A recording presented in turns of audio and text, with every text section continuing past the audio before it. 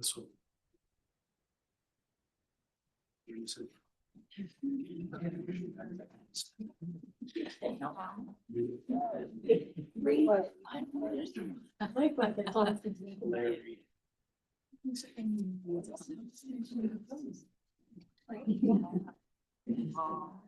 Ready to get. Yeah, for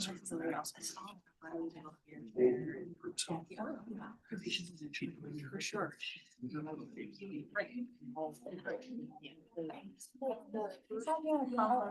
Emails that funny stuff 2 minutes ago, like, can I join virtual? I was like, I thought you had a. I don't know. Also, you, I'll make sure you can do that. And then, yes, virtual.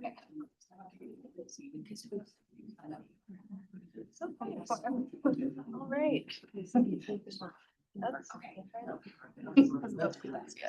We just sang, yeah. Yeah, okay, good. Awesome. Did you go to school in Pennsylvania? Oh, nice. Yeah. Yeah.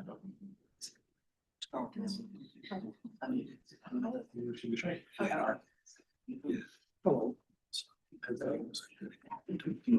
You're mixing it up. It's you. Yeah.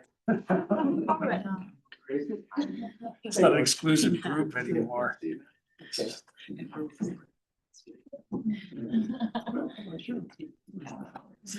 that right?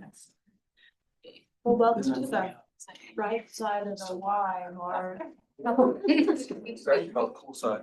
That's right. Some cool kids are doing it.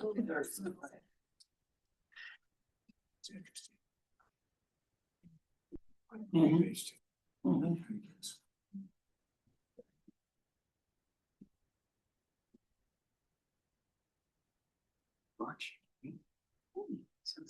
That's your last one.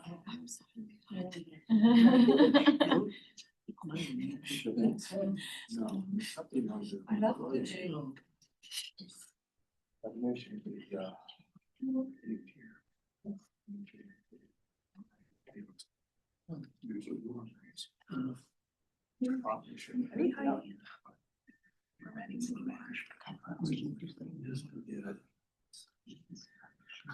So the public hearing will have a phone section for public comments, so check on the hearing. Of the room.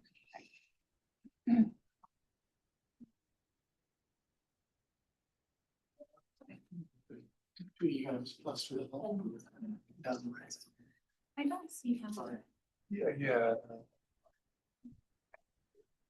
Okay, good afternoon and welcome. This is the August 18th, 2026 meeting of the Landmark Preservation Commission. We will call this meeting to order at 1:01 p.m. We will start with the introduction of commissioners. My name is Bree Saman. I am the commission chair, and I am an interior designer and project manager, and I was appointed by the Denver Planning. Emily, would you like to? Emily Hazen, preservationist and designer nominated by City Planning. Nick Lucianis, architect and developer, was nominated by the American Institute of Architects. Kelly Reed, planner, and I was appointed by History Colorado. Elizabeth Caswell Dyer, I work with historic properties and I was nominated by History Colorado. I'm Jane Chrysler. I'm an architect and I am an at-large member. Chris McGinnis, I'm a forensic architect, and I was nominated by the mayor's office.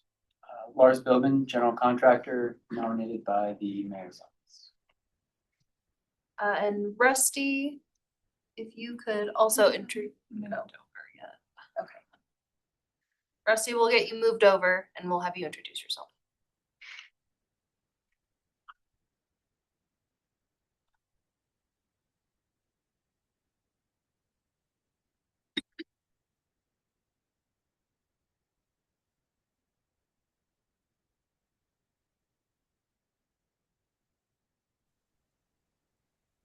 Okay, thanks. I'm Rusty Brown. I'm an architect and was nominated by the AIA. And I'm Brittany Bryant. I'm Denver Landmark Preservation staff. We do have a few audio tips for virtual participants. For better sound quality, we strongly encourage you to download Zoom on your desktop, laptop, tablet, or mobile device. Click audio settings to bring up an additional menu, add a background noise suppression, test your speaker and microphone, adjust their maximum output volumes. For presenters or public commenters, when it is your turn to speak, to mute or unmute, click on the microphone icon at the bottom of your screen. Expanding the menu next to the microphone will reveal additional options. Select your speaker and microphone devices, test your microphone and speakers, adjust their maximum output volumes. If you still have audio challenges, switch to phone for audio. For our meeting agenda today, we will be moving on to general comments from commission or staff. Do any commissioners need to disclose ex parte or conflict of interest regarding any of the applicants that we have on today's agenda? I have a conflict of interest. The firm I work for is here today presenting, so I'll recuse myself. Thank you, Can Kelly. you state which project? It is the first design project, City Park Pavilion Historic District. Okay, noted for that one. Anyone else? No. Does staff have any comments that they would like to make? I would just like to remind any applicants joining this meeting that we have received reports of fraudulent emails requesting payment of fees via wire transfer, cryptocurrency, or prepaid gift cards. The City of Denver will never request payment of fees in this manner. Additionally, there is no fee for landmark review, so if you are getting those emails, they are scam emails. If you receive those, please report them to us as staff and the Denver Police Department.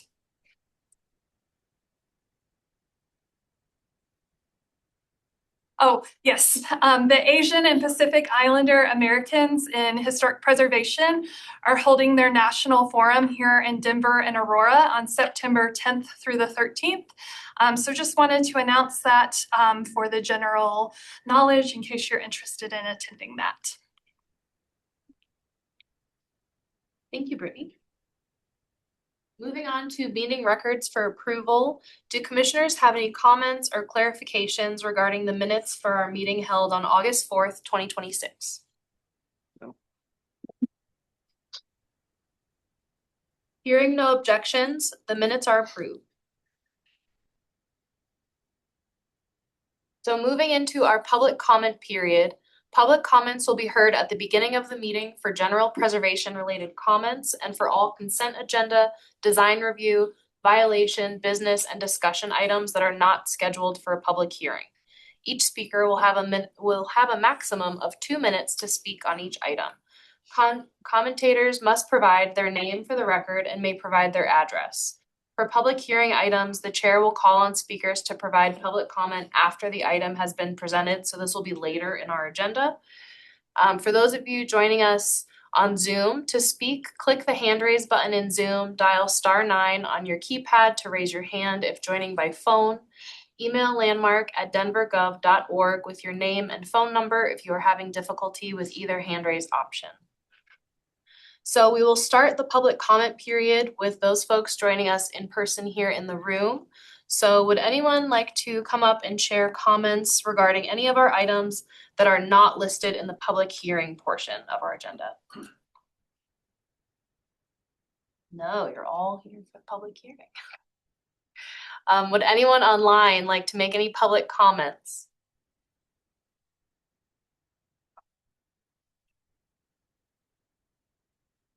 Okay.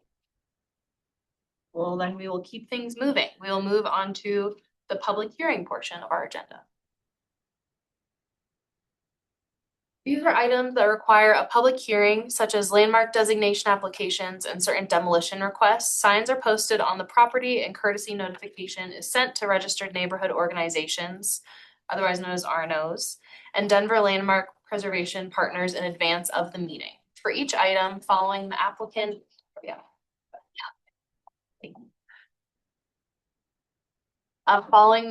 and staff presentations, the chair will call for public comment. Chair will announce the public hearing agenda items by address. Staff will introduce the application and recommendation. Commissioners may question staff. The applicant presentation, which will be limited to 10 minutes, and then commissioners may question the applicant. The public comment period, then we'll have the public comment period, which will be 3 minutes per person. Participation instructions will be provided following staff and applicant presentation. We'll have staff clarifications if necessary, and then the commission will have a deliberation period where we will then make a motion and vote. So we have number 2026 COA 874 2005 North Steel Street City Park Pavilion Historic District. And I open the public hearing. Good afternoon, Amy Amadon representing Landmark staff. We are here to discuss replacement of the bandstand in City Park. This is a structure that was built in 1994 and unfortunately it was destroyed by a fire in March of this year. Just briefly summarizing a little bit of a history of City Park as presented in your memo. This park is the city's largest green space. It was created starting in around 1882 and laid out in the Olmsted tradition with a romantic arrangement of elaborately looping roadways, lakes, and views. It was intended from the beginning as a recreation area with early structures such as pavilions, tennis courts, playgrounds, a racetrack, picnic areas, and so on. There was a bandstand included on the property from the early days. The particular structure we're talking about today is the 5th bandstand on the property. There are, as you see on this map, we're talking about the City Pavilion Historic District, which is just a very centralized area in the park. It is about 18.5 acres within the 330-acre green space. There are 2 other designated areas in the park. The Graham Bible House, which is on the far side along York Avenue, and Fire Station number 18, which is on the Colorado Boulevard side. The entire park is listed on the National Register of Historic Places as part of the Denver Park and Parkway system. Next slide, please. The Historic District was designated by Ordinance number 53, series of 1990. And that ordinance created its own specific set of design guidelines that apply to this district. So that is what we're focused on today for the review of this bandstand. Your general design guidelines that you use for all of your other reviews are not relevant to this particular discussion. It's only the guidelines that are specific for this district. And those are the ones cited in the memo and that we'll discuss in this presentation. On this slide, we have the overall design standards that are to be discussed, which relate to urban design elements, building elements, and landscape elements. The first one, urban design elements, asks that the bandstand primarily respect the City Park Pavilion structure, the dominant structure in this historic district. And the bandstand, we find, does continue to relate to that building architecturally and certainly refers to it in scale and in every way still allows that to be the primary structure on the property. So we find that that design guideline is met. In terms of building elements objectives, that one really focuses on materiality. And again, we find that that is met. The proposed structure is very similar to the existing structure. In fact, we think that the public will find it quite familiar. Footprint is the same, height is very similar, materials are very similar. There are some changes that I'll touch on and the architect or the designers for the project can also explain. There are some great improvements here in terms of accessibility. It will be easier for the public, particularly with accessibility needs, to get onto the stage area itself. Even though the footprint of the bandstand is not changing, the usable area of the bandstand is improving. Acoustics are improving and lighting and things like that. So those are all wonderful things for the public use of the building. The last standard is landscape elements, and nothing is changing about the design of the plaza, its relationship to other features, its location. It is sitting on the same platform that exists today. That is, I think, one of the few elements of the property that has not been so destroyed by the fire. There is a proposal to salvage a number of pieces of the existing materials, which is a good thing. And it's also been mentioned, by the way, that the reason why the existing structure is still standing is that it is being used as a habitat right now. And that's why it has not been removed so far, even though it's in very poor condition. Next slide, please. In addition to those design standards, there are a few other criteria that the commission is asked to consider. Whether anything about this proposal diminishes the historic district's connection to the original reasons it was designated, which we find is not the case. All of the historic characteristics of the property are still preserved by the reconstruction of this building. Again, it's quite similar to what is there now, and quite in line with the previous versions of the bandstand that have been on the property. Whether the denial of the request will involve substantial hardship to the applicant. We discuss in the memorandum that the city has gone to great lengths to investigate the existing structure to preserve as much of the materiality as possible, to salvage materials, which is good financial sound planning, undertake public outreach, and balance various overlapping codes and review processes that have to be met here to put the structure back into use as soon as possible, which is anticipated for next spring. And to, again, address the preservation of the wildlife that are using the property right now. So we do find that it is important to approve the project in a timely manner. And the final criteria is whether granting of the request, not granting the request would act to the substantial detriment of the public welfare. And we do find that to be the case. We have a number of letters written to the commission, and I believe we have a number of people waiting to speak to you that this has a lot of public value. There has been a fundraising effort reported to include over 1,000 donors who have raised $120,000. The community would like to see this bandstand back in place and in use again next spring. We do, next slide please, recommend approval of the project. The applicants will go into some discussion about some of the modifications that they have made that are different than the existing design. There are 2 letters that you received yesterday, and I believe we have some public here to speak to you. And I thought I would just briefly address, because our 2 members of the public who are here to speak are very respected, former member of the commission and a former employee of the city who are very involved in the construction of the building that we have now. And I think one of the comments that has been made about the change in the roof pitch. Right now, the bandstand has a 612 roof pitch, and the proposal is to decrease that to a 412. That's a lower slope roof pitch. I think this is a subjective matter that you can determine whether you find that this is something that is in some way incompatible with the historic district, and the applicant can address this. Staff's position is that this is an appropriate design for the roof. This is not an enclosed building. And while the historic structure in the upper left, the 1924 version of the bandstand, which is one that the applicant has drawn a lot of references to, that building sat up on a higher platform and I think had a much more prominent roof. But we find that this lower building, it's appropriate for it to have a much simpler roof. It is just a roof floating on pillars. And so we think that this design is appropriate. The second matter that is being brought up is what the roof material should be. Currently, the roof is it's a metal roof, but it has a barrel tile design similar to the City Park Pavilion.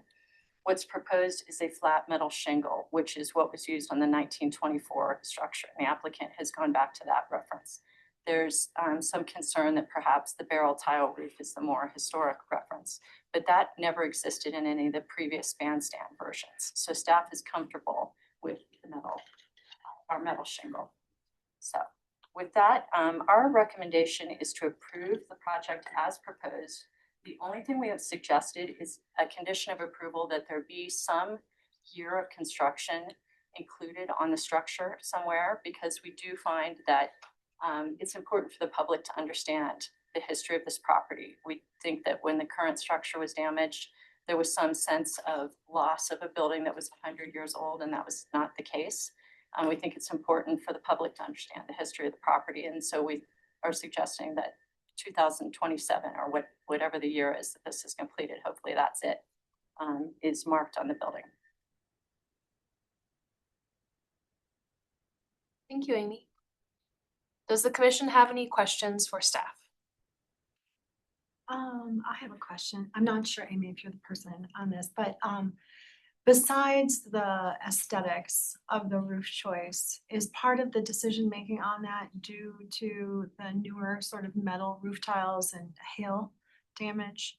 That would be an applicant Applicant question. question. And one thing that I did not also comment on is, and that this would be true whether it's the barrel shape or the flat shingle, there is some effort here to improve the fire resistance of the structure. Material selections. I think there was mention of the electrical panel. Yes. Hasn't been. Yes, thank you for bringing that up. I misunderstood a representation in the packet that the existing rather clunky electrical box that sits on the stage is going to be salvaged and reused in this project. That is not true. There will be a more typical electrical panel either attached to the railing on the stage or elsewhere, probably to a railing, and that has not been finalized. And that kind of mechanical equipment is something staff often approves. So we are planning to address that once Parks determines the best location, working with their electrical designer. So we don't have a location right now. It will come back to you for. Staff, yes. It won't be that large box sitting on the stage. It's good. Any other questions or clarifications? Okay, thank you.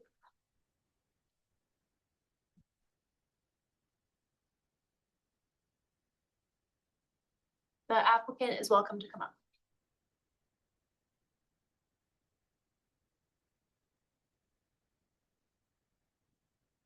And before you guys begin, we'll just get your timer up first. We just want to be sure you get your full speak time. And I also have your presentation. Just as Amy did, please let me know when you would like me to advance the slides. Oh, perfect.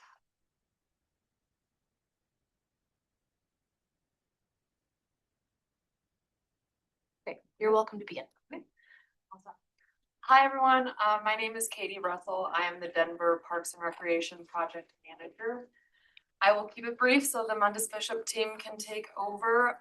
As Amy said, the bandstand suffered a fire back in March of this year, and we are working quickly to get it built back up.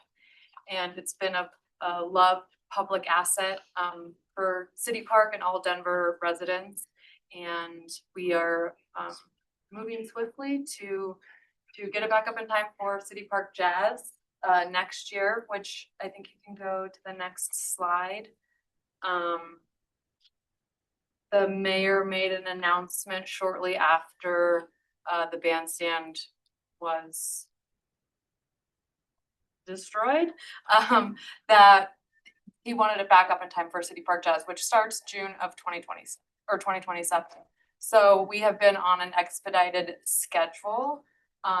We have held several stakeholder engagement meetings with members of the public to understand, the importance of how the structure was used and any sort of improvements or, things that we wanted to keep from the existing structure.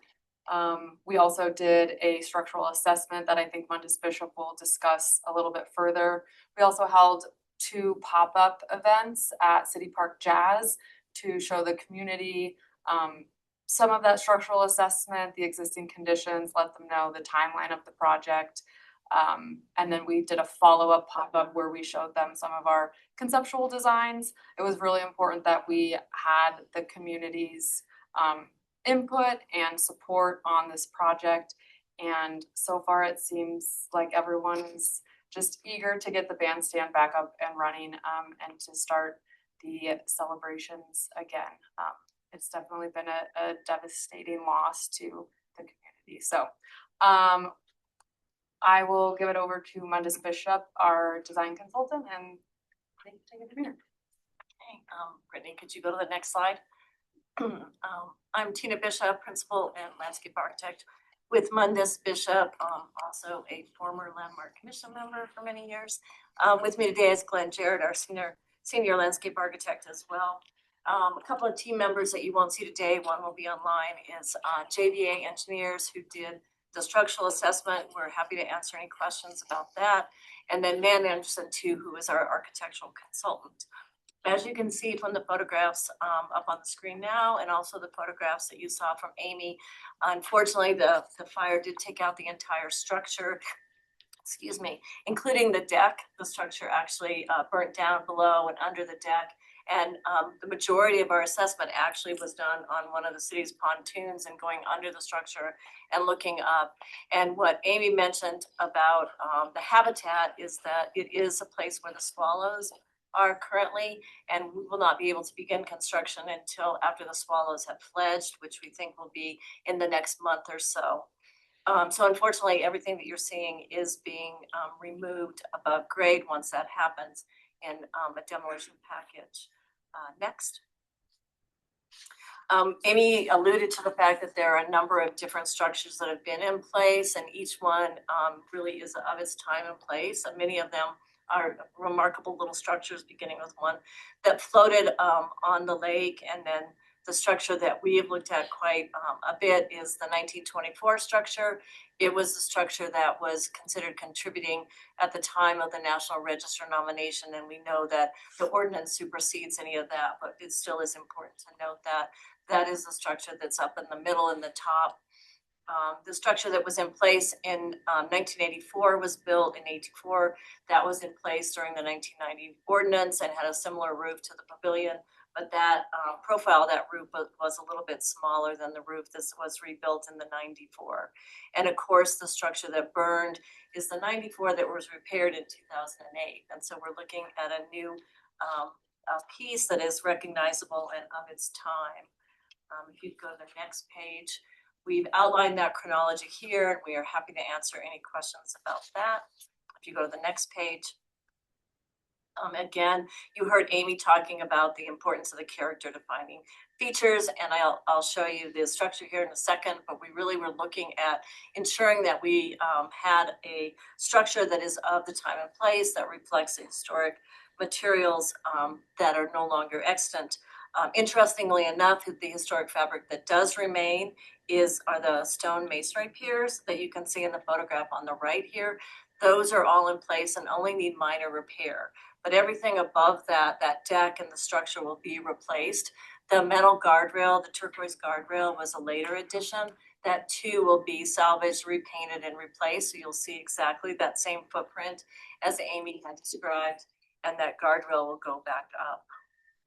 We are salvaging some of the pieces. The majority of the pieces that we can salvage, though, are mainly steel beams from the structure below and the steel beams within the roof itself. Next. So looking at taking cues from many of the structures that were in place previously, as Amy had mentioned, we are looking at a structure with a roof that's very similar to the existing, also very similar to the 1924. We retaining the character defining features from all of those structures, and that the deck is elevated, and then the bandstand itself is also elevated.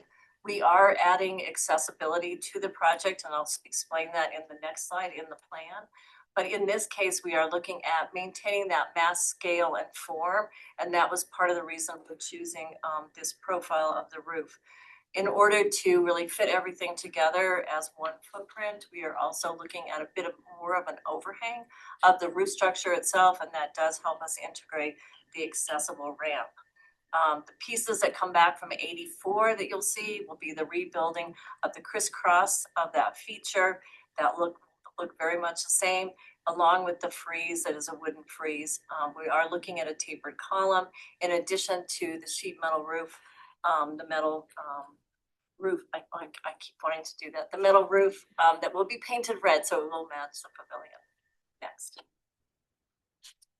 In plan view, it's easier to understand what we're looking at. We are looking at a sloped walk improvement onto the front side and improving that set of stairs, moving the handrails to the side. Sloped walks are really important to the design so that we don't introduce railings that could interrupt the view.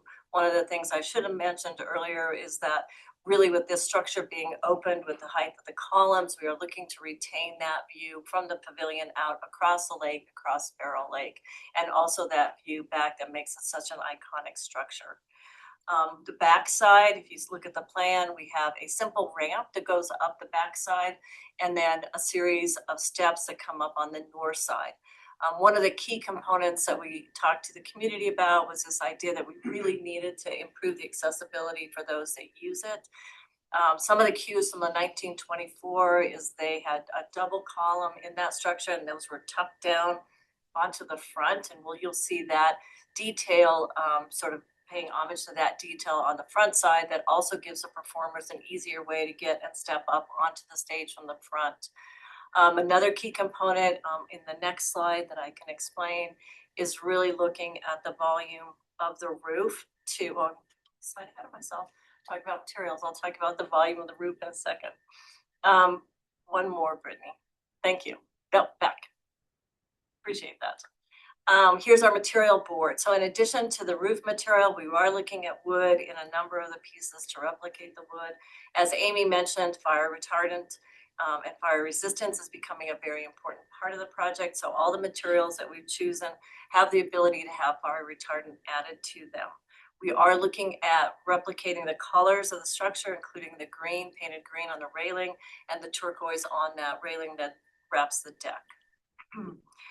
Next slide, last slide in the design piece that really is this looking at the interior of the structure in addition to the exterior and creating a little bit more of a volumetric space based on our understanding with our acoustic engineer who's AE Design is that this will help acoustically help us have a better experience within the bandstand in addition to the accessibility improvements that we're providing. And so those have become a really important part of the project. The last slide that I have is an image looking across the lake. And you can see the similarity of the structure to the structures that have come before it, but being non-replicative of any of those structures, which has been a driving force in our design, and then also really looking to maintain the color and the materiality so that we are consistent and we are part of the whole in the district and are subordinate to the pavilion itself. So thank you for your time. We are looking for approval today and open to any questions that you might have. Thank you. Does the commission have any questions or clarifications? I'd like to ask about the roof material, and is the decision for this particular material versus not just about the aesthetics changing from barrel tile to flat, but also due to the hailstorms that we seem to be so fond of in our neighborhood at this point? The material, regardless of the profile, would still be a metal shingle material. We're really looking at the flatter version with a little bit lower ridge to be more in scale with the size of the structure and to pay an homage to the pavilion without a complete replicative approach to that. As you probably know, the metal shingle material and roofing that we can get today is of a higher quality and probably more resilient than what was put in '94. If you've been out to see the bandstand at all, you'll see that those shingles and all the nails, everything popped off. It was that metal roof was also burned quite a bit, and what's really interesting about the profile of the barrel type roof is a lot of people think it's a terracotta tile. They really think it's actually terracotta, and while that's important probably for the pavilion, the textured pattern may be a little bit more authentic to what the roofing really is. So that was another reason that we went to that. We're looking for a little bit lower profile on the ridge lines too. And then just to help to make the structure feel a little bit lighter. Mass and scale, it's a little bit larger to get the ramp in and also gives a little bit more room for the performers too. And so looking at all of those things together and not just the roof profile, but looking at them together gave us the structure where we are today. Fire resistance is also, these are also materials that we can use fire retardant. So the answer is both roofs would probably have the same hail protection. Short answer. The steel beams that are being salvaged, those are not visible, but they're going to be removed and refurbished and then put back in? Once, that's the goal at the point. Once our contractor gets on site and is able to dismantle it, we'll make that final decision. One of the goals early in the project had been, how much can we salvage? Can we salvage wood columns? Can we salvage roof material? And then, based on our assessment, historic and also structural assessment, we were not able to salvage any other materials. And so it's a little bit, can we use these pieces? So the goal is to reuse the steel beams below and also across the roof, but that is not 100% assured until we're able to take it apart. And you being a general contractor, I'm sure you can understand the need to assess it once they're down. Yeah, so if they do end up, if they're not usable, for the fabricator, what's the process? Does that go back for staff review, or is that just admin change? You guys I was Amy can answer that. I was assuming because they're non-visible that we would be that through staff review. Yeah, I'd love to go back to the roof a little bit. The 1924 roof, what do you believe that is? What material do you believe that is? That's the flat metal. So that what we're looking at from the new version is the similar, the material that we think you could get from that time and place, at least in pattern. It's inconclusive. It could have been metal. It could also have been asphalt shingles. Could have been slate. I'm not sure. I don't think it would be slate just because it's so flat. I don't know. I don't agree with that, but that doesn't matter. And so we have this kind of scale roof from the 1924, and then we have the 1990s roof, which is more this barrel red color, right? They will be the same color. That barrel red will continue through. So we're kind of mixing and matching the 1924 scale with the red of the 1990s. Is that correct? We in the ordinance, we are asked to reflect the pavilion roof, and the color is the best way to reflect that. So the color is really being driven by the fact of how it is prominent today. That's the question about the color. Yeah, I'm just trying to figure out where the period of significance is coming from, because it seems like it's coming from multiple different places. So as a new structure, it is a new structure, so it's not trying to fall in the period of significance. It's meant to be, of a time and place of today. The ordinance does not provide a period of significance. We're not trying to replicate any of those other structures, but looking at them for reference for mass and scale. So I'm trying to figure out who's making that decision as far as like what is important and what's not. Since there is no particular significance period. So could you go to character defining? So typically when we're looking at historic structures, we look at character defining features. And so what we're really looking at, and I think it's a couple more slides in, we're really looking at how we can keep going. Here's a good comparison. So we identify the character defining features being sort of the plinth that it sits on, which would be the deck, then the decking of the bandstand itself, so it sits up high, the sort of the span of the columns that keep it open through.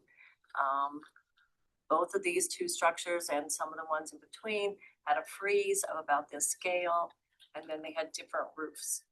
And so we're looking at a new structure that looks at maintaining those character defining features.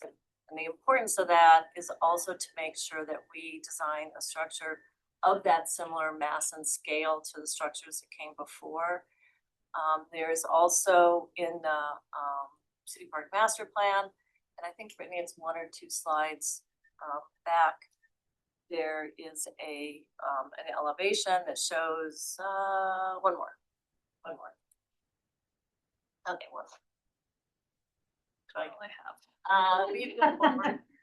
So one of the interesting things about City Park, when we did the master plan for City Park, finished that in 2018, 2019, is all of the small scale structures within the park. If you go from all the buildings, like the monuments, and even look at sort of that ridge line of the pavilion, this sketch that's on the bottom here. Really interesting that they're all a similar scale, and they have also similar, they're different forms, they have similar masses, that they have this presence within the park. And the bandstand has that as well.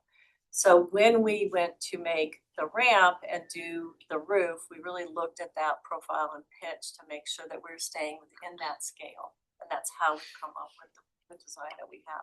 So while we pay homage to certain details of 24 and also the 94, we're not picking one of those to replicate. If that makes sense, because Yeah, so you guys are making the decision on the significance of the different features. we are making a assessment of the character defining features and the mass and scale and working to do a structure that meets those. And then we look, of course, to you all and then to Amy and staff to assess that in the same manner. And we have worked with Amy quite a bit through the process. Yeah, I'm just trying to figure out like why decisions are getting made on what features they should be included and what features should not. Like why the barrel shouldn't be included, but the red should be included, why the scale should be included, but not, just trying to figure out how that works. On the ordinance, I think in Amy's staff report, she lists out how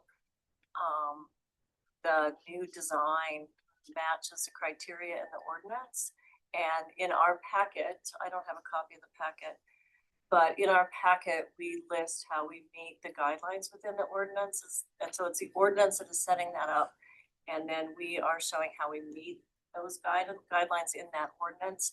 And Amy agreed with that in her staff report. And my apologies, I don't have that in front of me. I can't tell you which page that is on. Okay. But so your answer to your question is really it's the ordinance that is guiding us. And I think, Chris, we can probably also bring that into deliberation, because I see what you're saying, and I think maybe it's more commission deliberation. Okay. Thank you. Thank you for your Thank you. questions. I think Are there any other bandstands of the previous that are the 412 versus the 612? There were so many different ones that the 84 is less than the 612, but it's probably a little bit more than the 412. The 84, which is the middle one, it says 1982 to 1983. That structure is more similar. We're also reintroducing the double column too, which has been kind of a piece that the community has appreciated. And the proportionality of the scale, speaking of, so the current proposal is 22 feet. Do you happen to know the height? I didn't see it marked anywhere of the 1924 or They're similar heights. Yeah, they're similar heights. Definitely not tall. But it's definitely gonna be shorter, I don't know that it's shorter. unless you raise the columns, it would have to be shorter, right? Yeah, it might be, well, if it's shorter, it's because of the accessible ramp and we meeting the back of the structure itself goes, it's now less than 2 feet tall on the bandstand deck to make that accessible route work as a sloped walk. That would lower it a few inches. so is the deck higher to compensate for the change in the pitch in the roof? I think we're all just trying to figure out. No, the deck is scaled to be accessible. So I think we're 22, almost 23 feet tall, and we're just over 23 feet tall in the existing structure. Do you happen to know where the change is based on, so the roof is shorter? The column is actually slightly taller. So Columns are taller, yes. We can check the frieze too. We've been trying to match the frieze of the two because the 24, and again, the 24, the analysis is coming from a series of photographs. That's why we're not trying to create a replica. But the frieze is very similar on those two. Oh, and I'm sorry, I did have one more question. I know we need to get to public comment. but in one of the submitted public comments, there was a question about the wooden skirting. And I was just curious whether that's been analyzed as salvageable or not. Could you repeat the question? There was a public comment in writing that was about the wooden skirting at the base of the decking, and I was just curious if there's been any analysis on whether any of it is salvageable. Unfortunately, it's not salvageable, and that was sort of the point that we made, is that we're not able to salvage the deck skirting. Well, the deck skirting is different. We are looking at potentially salvaging the deck skirting. The skirting on the structure is not likely to be salvaged. Is that assessment that you're working on based on, engineering reports or? Yes, so the city has commissioned us to do a structural assessment and also a historic assessment, and we have those fully available for review. JBA, our engineer, did the structural assessment, and really it's their findings that we are using to help us understand how much damage there was. But it's unfortunate. The composite decking, if you've been out there to see it, you can see that it just rolled and warped, and the beams underneath all burned. The structure above, the ceiling burned, the lights burned. It's quite a bit. Thank you. And I just have a couple quick questions. Tina, did you say that part of the reasoning for the lower slope roof was acoustical? No, the acoustical is on the next slide, and we are looking at vaulting the interior of the roof to improve the acoustical properties. So that was not related to. Part of the reason is because as the structure's gotten a little bit larger, in order to fit and make that feel like a hole, to have the ramp within the roof line so that it's not sticking out one side or another to make it. If you look at it each end, it's very symmetrical on the deck and symmetrical to the pavilion. As we widen that out, that was one of the reasons we lowered it, because the roof has become larger than the current one. And then my other question is, you mentioned in the design, there was a desire to just lighten the top of the. What was that? What drove that desire?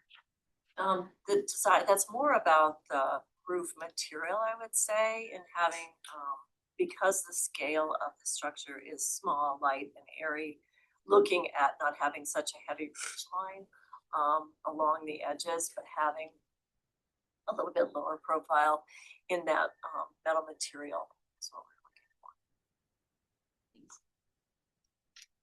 for. Okay, thank you very much.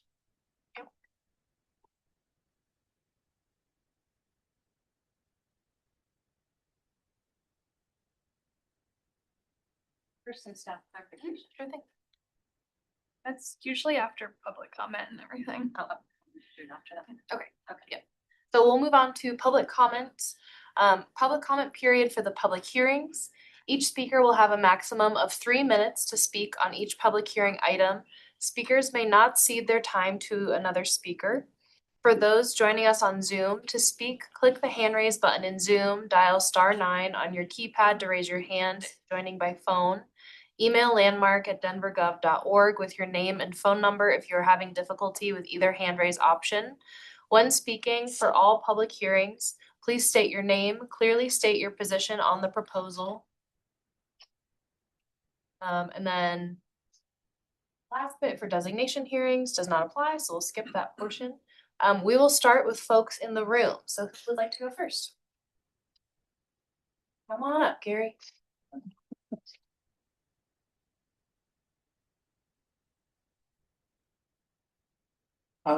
Good afternoon. My name is Gary Petrie. I'm an architect, resident of the city, as a former commissioner, and I'm here to speak in conditional acceptance of the proposal. My two concerns are the roof pitch and the use of a flat metal tile for the roofing. The ordinance, if you do, and I think you have access to the ordinance, clearly states that both the existing roof pitch and massing, as well as the metal tile that matches that on the pavilion, is actually part of the guidelines that are in the ordinance. And I'd urge you to consider both of those things. I think the comments about authenticity get kind of muddled because in fact, various different versions of the bandstand have been kind of selected. And I think the one that is most present in the memory of the public is the one that's there now. And that's why any replication should honor what people most recently remembered. Thank you. Thank you. Anyone else? Before I speak, I leave these photographs with you because they help demonstrate my points.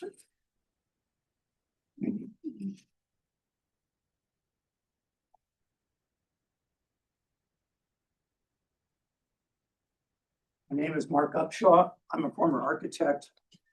I live in the city of Denver on West Dartmouth, on Southwest Denver. I support this application, yet I have three critical concerns.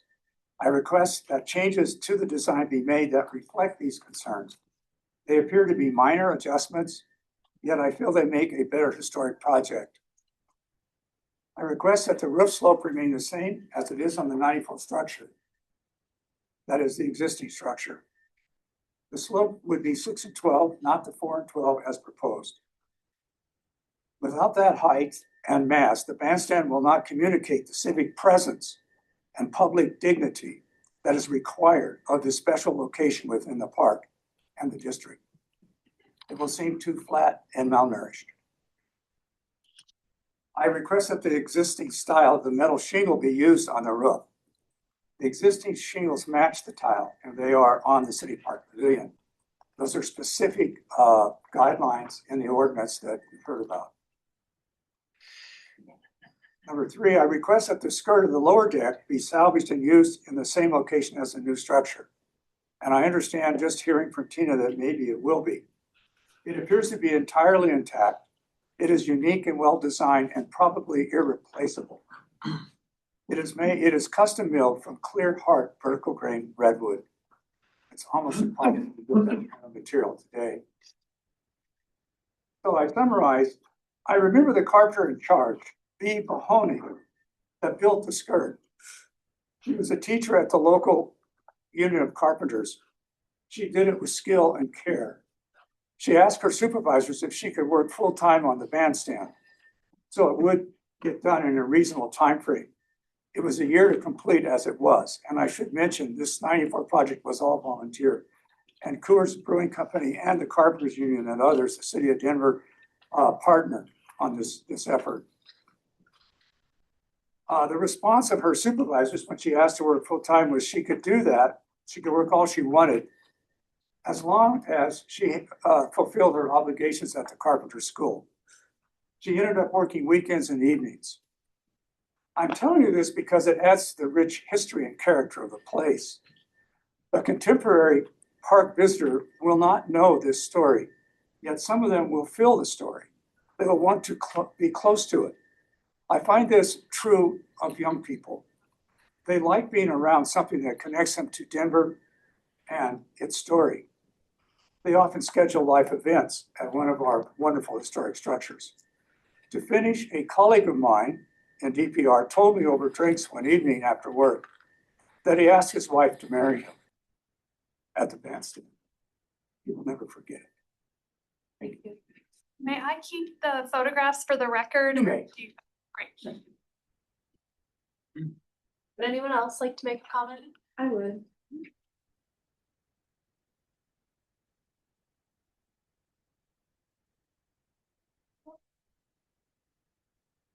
Good afternoon.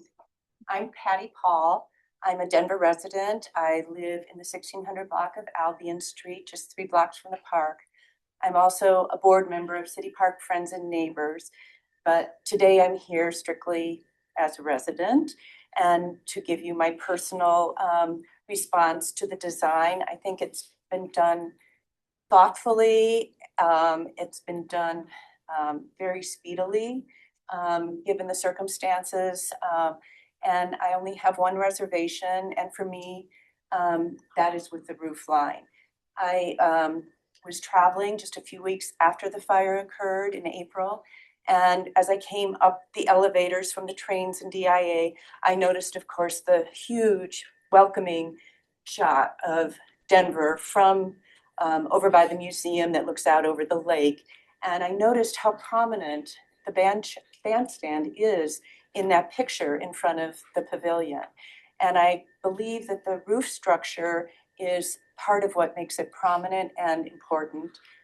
When I saw all the drawings and that Bishop's company had put together, I was really impressed, but the roof felt flat to me. And I didn't realize at the time that the pitch had actually been changed. And I feel that that diminishes the stature of the bandstand as it was. Thank you. Anyone else before we move to online attendees? Okay. Those joining us via Zoom. Okay.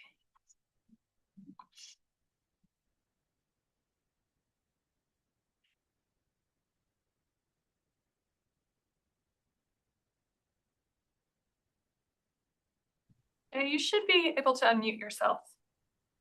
Oh, I apologize. I wasn't sure that you had been called on yet. Oh yeah, we're calling on this. Okay, perfect. Great. Well, thank you. My name is Jay Homestead. I'm Senior Director of Preservation Advocacy at Historic Denver, located at 1420 Ogden Street, Suite 202, Denver, Colorado, 80218. I am speaking in support of the proposed rehabilitation of the City Park Bandstand.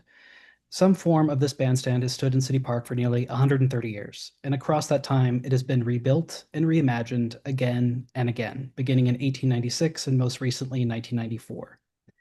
It's important to note that each generation has left its own mark on this structure, responding to the needs and sensibilities of its moment. It has always been a living, evolving structure rather than a fixed one. This design draws thoughtfully on the character-defining features and overall form of the 1924 bandstand, while also responding to what this community has consistently asked for throughout this process: full accessibility, improved performance space, and greater resilience. In doing so, it continues a 130-year tradition of each generation shaping this space for the next, and I urge approval of this application.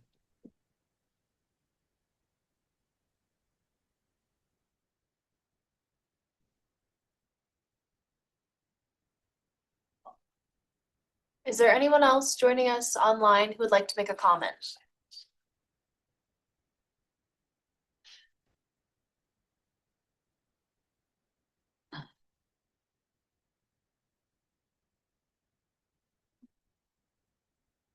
Okay. With that, we will close the public comment period for the public hearing and move, actually, Amy, we will take your comment or clarification you have.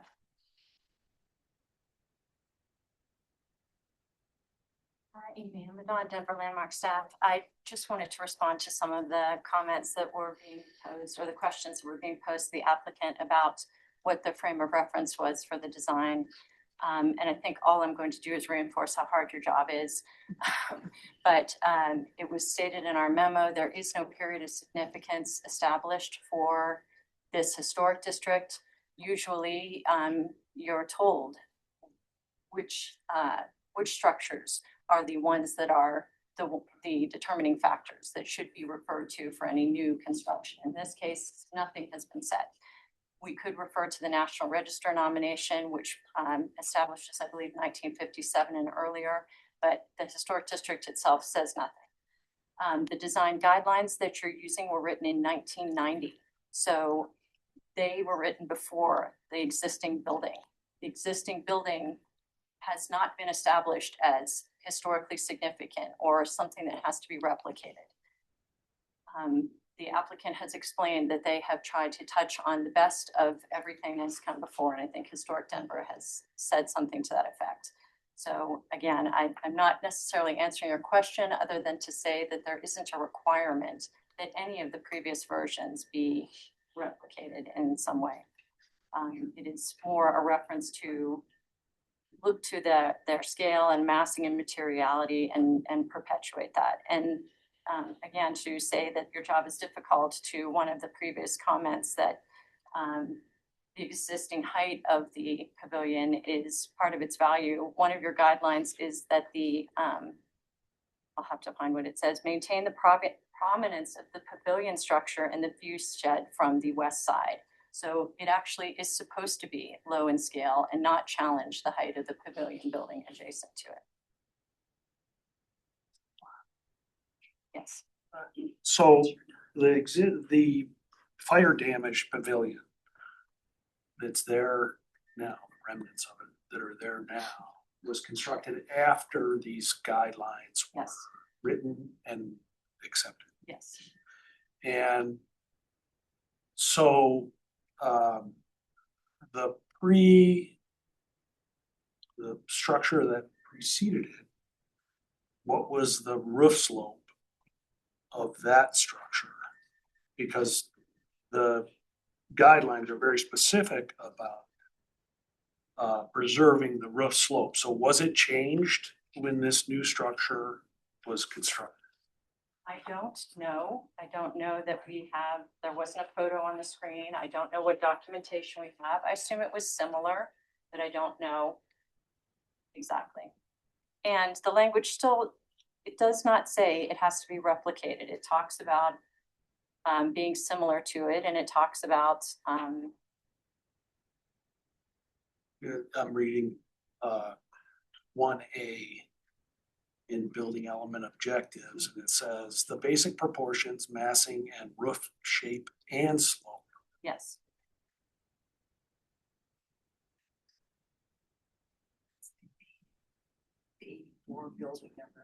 Right. Maintain the essential character of these existing band shell structure, but modify existing elements which are architecturally inconsistent. It leaves these discussions open to your interpretation of what's the best solution. And there are aspects of this building that are different than the 1994 solution. There is a footprint change. There are proportion changes. There are columns being doubled up. There are things that aren't exactly the same that might generate a slightly different response. I think that's what the applicant is asking you to consider. Can I point to some pieces of the application?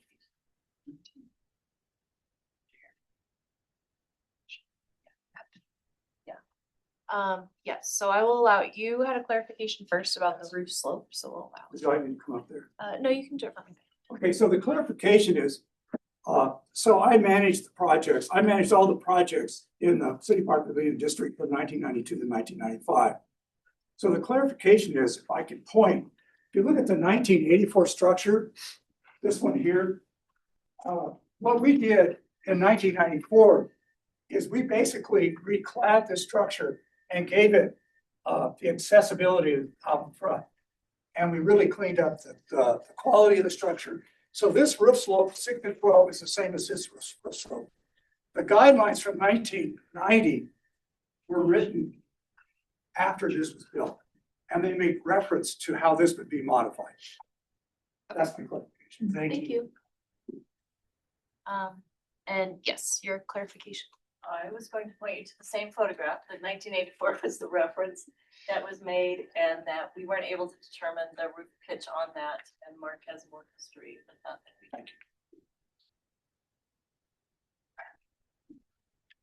do. Okay. Thank you for all those clarifications. With that, we are going to close the public hearing and move into deliberation.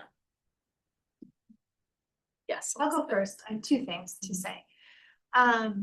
One of which is throughout this ordinance, there is the word should, not the word will.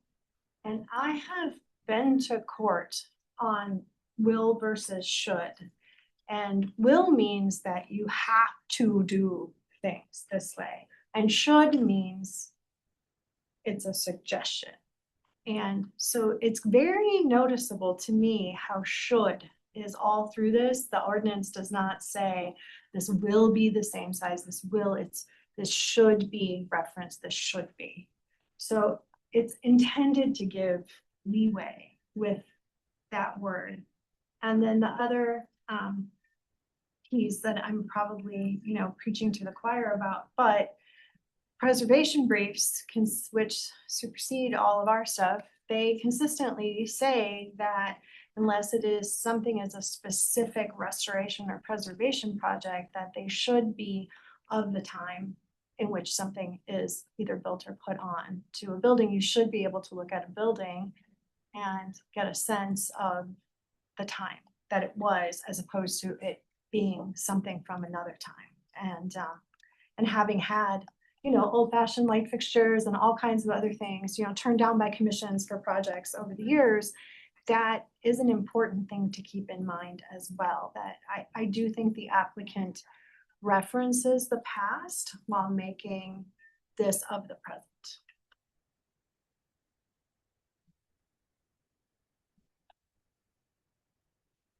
Yeah, I think I'm sorry, I forget your name, the first gentleman to speak, I'm sorry, the other gentleman, I apologize. I think he made a really good point, in my opinion, about if we don't have a period of significance that we're all designing to, then the significance is what the community's used to, right? What it's used to seeing day in and day out since the 90s. And if we can't agree upon a period of significance, and I 100% agree with his statement and his sentiment, that if the community were to see something drastically different than what it was that they've seen for 5, 10, 15, 20, 30 years, then that would be a significant change to the community. So I really take that comment to heart and think it's a good one to maybe kind of live, or at least decide upon. I'm gonna take this opportunity to actually just quote the ordinance, which again supersedes and is completely relevant here compared to the typical guidelines. It says to maintain the essential character of the existing band shell structure, but modify existing elements which are architecturally inconsistent. And those essential character elements are called out specifically by saying any proposed change to the band shell structure should recognize, Michelle, take your note, the following design features of the existing structure. The basic proportions, massing and roof shape and slope, color, texture, and materials. And it says the roof should be roofed with the metal tile to match the pavilion roof. So I would say the two, based on how clear this is, the two areas of potential semantic debate would be the phrase should recognize and what match means to us. Yeah. As far as the roof material and profile. So I would like that to be a dialogue if possible. I agree. And I also, yeah, it is good practice, and in many national guidelines and others about if you don't know what was there, you match what is, you know, to be there today. But as you were just saying, we do have these guidelines and I do think they're clear about intent. And the clear intent is to maintain that shape and slope. You know, it clearly uses the word slope. And I think while I very much appreciate what the design team is trying to accomplish by lowering, I was curious what the motivation was. And I think it is a great motivation to try to better incorporate accessibility into the building. And while I think that is a worthy cause, I do believe that, you know, the pavilion has a very prominent roof. It's like half roof. And so I think that's why when you shorten the roof of the bandstand, they no longer feel as connected to me. And so I believe that is the intent that is behind that building elements objective in the guidelines. So I know we've got more than one issue here, but I do feel like the guidelines are clear with their intent of matching that slope. And so I would like to see that happen and modified in a way that can still make the accessibility piece not feel like an afterthought. I know it's easy to say and harder to do. And then, yeah, as far as the roofing material, I agree. When I first looked at the 1924 photo, I thought that was either a metal or an asphalt shingle. In taking a closer look at the corners and the seams, there appears to be a fairly thick edging there. So it is hard to know what that is. But again, we have guidelines that say the roof should be re-roofed with metal tile to match the pavilion roof. And it's that match the pavilion roof that we know what's on the pavilion.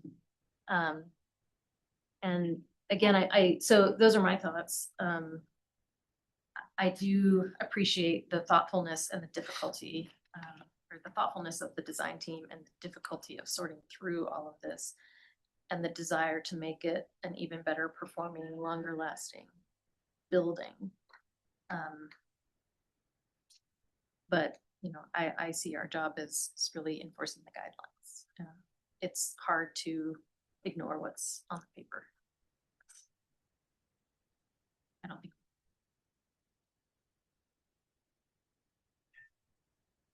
Any other comments? Would they have to come back to us if this gets denied? Well, Condition. it can be a conditional. This is what I'm asking about, because then it affects the timeline, which is, a hardship for the city. So that's why I'm asking. I'm asking you, would it have to come back to us? So if you provide clear and actionable conditions, then that is just staff level review. I called you Bree. We were both like, what? Yeah, sorry. So clear and actual, one big question mark in my head is it a barrel roof, a Spanish barrel, or is it a flat scale triangulated type shape? And if the pavilion needs a new roof at some point, does it have to then not move to a different kind? And then this roof has to be changed if we're taking the stance of it has to match, Are we thinking ourselves into a future corner? I mean, are we being designers at that point too, right? So we're kind of being designers right now. Which we're not really supposed to be. I have images of the pavilion roof because we reviewed alterations to this roof in 2019. They simply removed I'm not sharing my screen. They removed the existing tile and redid the underlayment because it was damaged, but this is the pavilion roof tile. You can clearly see the profile and that it's a metal roofing material. In the pavilion, there's specific ordinance for that. And it says that not only does the slope and massing need to match, but the color, texture of exterior materials and the architectural detail, including quite a few things, but specifically the metal roof tile should reflect the historic notion of the pavilion. So presumably that existing tile would then need to be maintained on the pavilion. Right. To answer that caveat. Right. And we're back to it's all says should, not will or must. May I speak? For me, the key word is basic proportions. So I think an argument could be made 412, 612. They're very close. The basic shape is retained. I think that the way that this is written, my guess is that they didn't want it to be a flat. The ridge lines, the hips, all of that was important. So 4, 6, I could support either in 12. And as for the material, unfortunately, I think it makes it pretty clear here. Should it be re-roofed, the metal tile should match the pavilion roof. So that's pretty clear. I mean, I like architecturally, personally, I like the 1924, I think, version of the pavilion better, but that it wasn't what was in mind with these guidelines. I have another devil's advocate question. If we were trying to retain some of the steel and some of the structure and reuse it, clean it up, recoat it, and we change the roof slope, that may change the dimensions of the steel itself. Right, and so that puts another kind of wrench in things, in my opinion. That if we're gonna change to a 4 to 6 to a 4, the dimensions of the existing structure will change and it will have to be modified more than it will be just to keep it 612. A lot of the steel was below the decking. So then none of the roof structure is gonna be salvaged, it's gonna. There were some roof members. Yeah, that's what I thought. I would Yeah. guess that that's too late crash, And not not necessarily, yeah, but if it's gonna be, go back to the shop, take the rust off, galvanize it again. I just, I mean, it's rare that you have that much section loss in steel where it'd be unusable, but hey, that's. Yeah. So it seems that there's consensus on the roof material. The roof slope seems to be still a little bit of our unknown here. So I'm curious to hear a little bit more on that so we can I think get more of a sense of emotion and where we're headed. I still feel that I think there is a perceivable difference between a 4 and 12 and a 6 and 12 roof, particularly with a precious building, not a technical term, but like this. And I also would point out that what burned was constructed under these same guidelines that we are reviewing. So to make changes to those, to me, is being, we would be interpreting them differently, which we can absolutely do. But I think we know what was there and what met these guidelines in '94. So, I think every other element of this project is fantastic, but I just think this roof is a very, very character defining feature of the building. We don't have walls. So we don't have windows, we don't have doors, it's very character defining. So, unless we're told it's impossible to do the 6 and 12, I don't see why we wouldn't. And my understanding from the applicant was that in maintaining that roof slope was that the footprint of the roof would get larger, but it wasn't my understanding that there was a conflict with that necessarily. I think it's that since it's wider, obviously it would be taller, so the additional 5 feet. Yeah. 10 foot. Doesn't it say it's not supposed to change the footprint in here as well? So we honor one piece of the ordinance, but violate the other piece. There's something in here, I just read it about the footprint. An enlargement of the existing structure should be avoided. Of course, yeah, so. And it was the ramp driving force behind the. I think so, which makes sense. And I think that's why this is worded the way it is, because it's intended to be worded that things will come up that they couldn't foresee at the time. Maria, may I interrupt again? Yes, I'm sorry. I had said this when I had offered a clarification before that. Can you turn the camera on? Yes.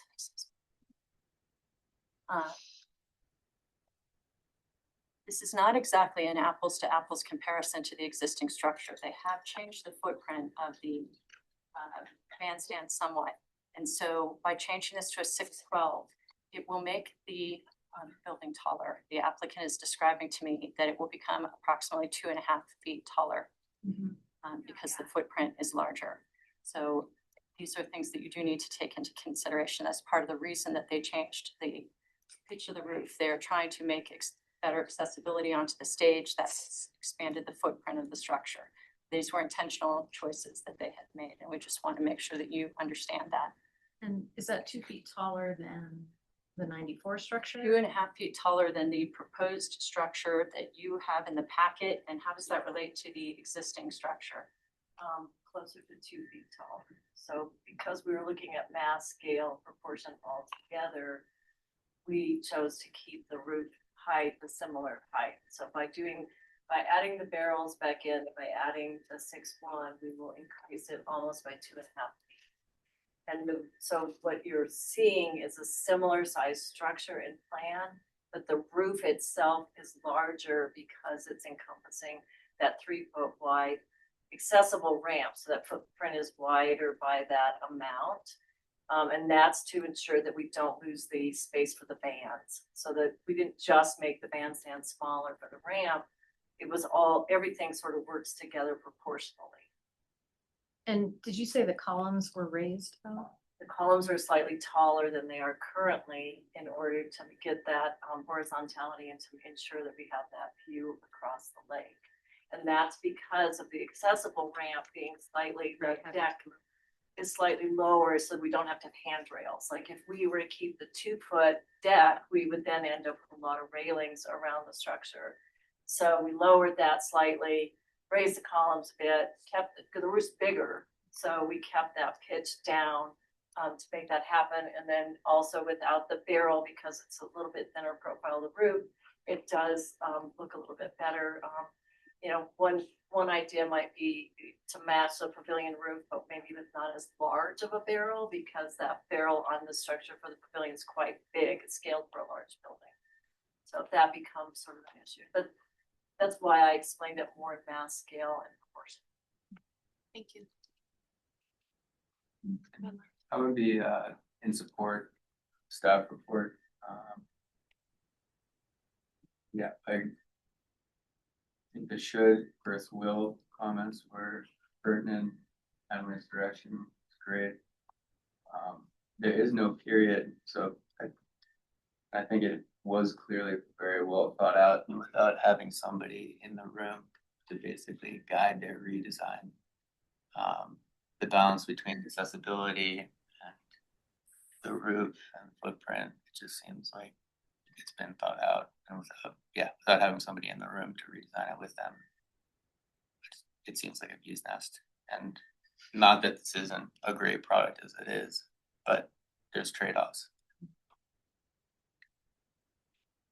Can you pull up, I'm sorry, can you pull up the slide, and it has the 24, the 94, and then the proposed one? It's got the 2 drawings and the black and white pictures, like slide 13, please.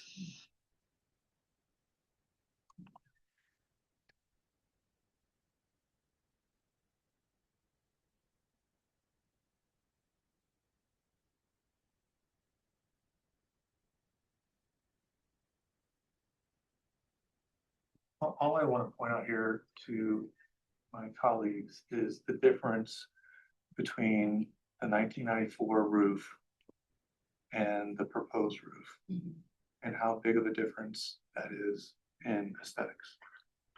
And you can look at whatever aesthetic you want to, but proportion, scale, massing, lines, whatever you want to compare yourself. They're just very different. So why was it then okay for the 1994 to veer so far from the 1924 version?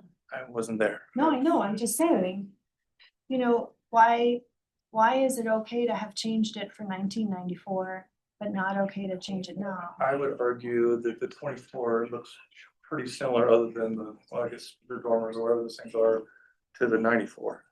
I will say that it was built in 84, and that was what the 94 was referencing. So it was a big swing between 24 and 84, and these And that was guidelines were before in the place. ordinance. So they probably used whatever process they did to write the guidelines after the fact, future. But at the same time, it's a big change between Understood. 24 and 94. I think that timeline as far as reference points matters. Would you like to know how the 84 structure got built? No, that's okay. We're gonna stay in deliberation. Thank you though. So I'm looking at the timeline again in the application. And it clearly shows that the Denver landmark ordinance was enacted in 1990.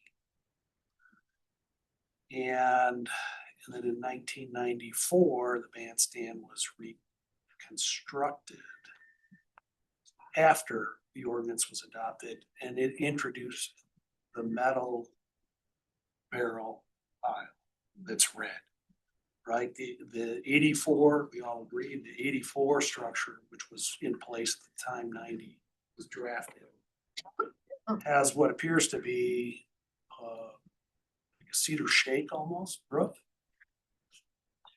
But Right? it was following the 1990 guidelines. Which is why the barrel, 94, that was 4 years after. right, the 1990 guidelines. Which said to match the roof on the pavilion. That was cedar shake. The pavilion matching, the pavilion being the larger structure. So it sounds like at some point in time, the bandstand and the pavilion roof materials did not match. And that's why there was the shakes on the 1984. And so it was imagined in 1990 that ultimately the roof would match the pavilion? Or they thought it should. So that's why I said should match. I think in the elevation side by side, yes, they clearly don't match, but I think in reality, somebody coming back 5 years later, it's not a steep roof and it's not a flat roof, to Nick's point. Based on our deliberation and the testimony we've heard, where I currently stand is that I would be open to a motion that generally approves the application with conditions, but I would add that the roof material needs to match or be similar to the barrel roof material of the pavilion. I think that the applicant has provided sufficient information and reasoning of why they're proposing the change in roof pitch. And while I don't think it's ideal, I can understand the restrictions or limitations that they have in place of why they're proposing that different slope. I'm curious, does anyone else agree or have different thoughts on that? I would add that the 6 to 12 slope should be a condition, because I think having the roof being 2 feet higher would actually help the building relate. And I think, but what's more important than that is, I think that is what is consistent with the guideline, where it specifically says the slope should be matched. Basic proportions. And so. Yeah, I'd be in support of your. Yeah, I would be in support of what you just suggested as well. Then it sounds like perhaps we can make a motion. And it seems like Brittany is ready with an updated one. This is more reflective of Jamie. Yes. Throw it out there. I move to approve with conditions application 2026 COA 874 for the new bandstand at 2005 North Steel per ordinance number 53, series of 1990, presented testimony, submitted documentation, and information provided in the staff report with the following conditions: that the year of construction be included in a noticeable location, the roof material and profile match or be similar to that of the pavilion, and the roof slope be a 6/12 pitch. Thank you, Emily. Do we have a second? We're including number 3. We need a second before we can discuss. I'll second. Thank you, Chris. And yes, this motion does include the pitch Obviously, change. But another motion could be. Sorry, had I was fast. You can propose a friendly amendment. There you go. No friendly amendments for them. Okay. All those in favor? Aye. Aye. All those opposed? So one opposed. The motion passes. Can you call for Oh. abstentions? Any abstain?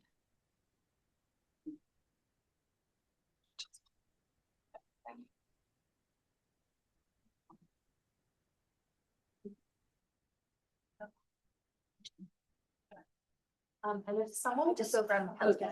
Thank you. Cindy. It's nice to sit on me. He's like, what are they doing in there? Yeah. Yes. It takes a while.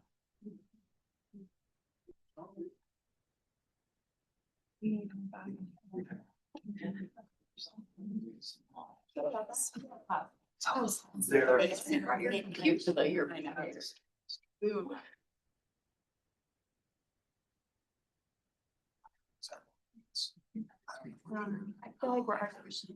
Okay, we are gonna move right along into design review. Your ears were hurt.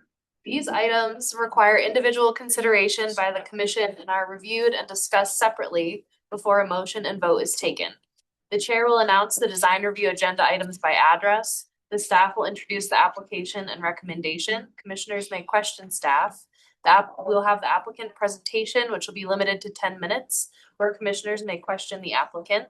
Then we'll have staff clarifications if necessary. The commission will deliberate, and then the commission will make a motion and vote. Next up, we have number 2026 COA 867 3338 North Alcott Street, Potter Highlands. So our first design review application today is for a new accessory dwelling unit on the rear of the property of 3338 Alcott Street in the Potter Highlands Historic District. The district does have a period of significance of prior to and including 1943, and the home on the primary structure on the lot is a contributing structure. Here you can see a photograph of the front of the home and its location within the historic district.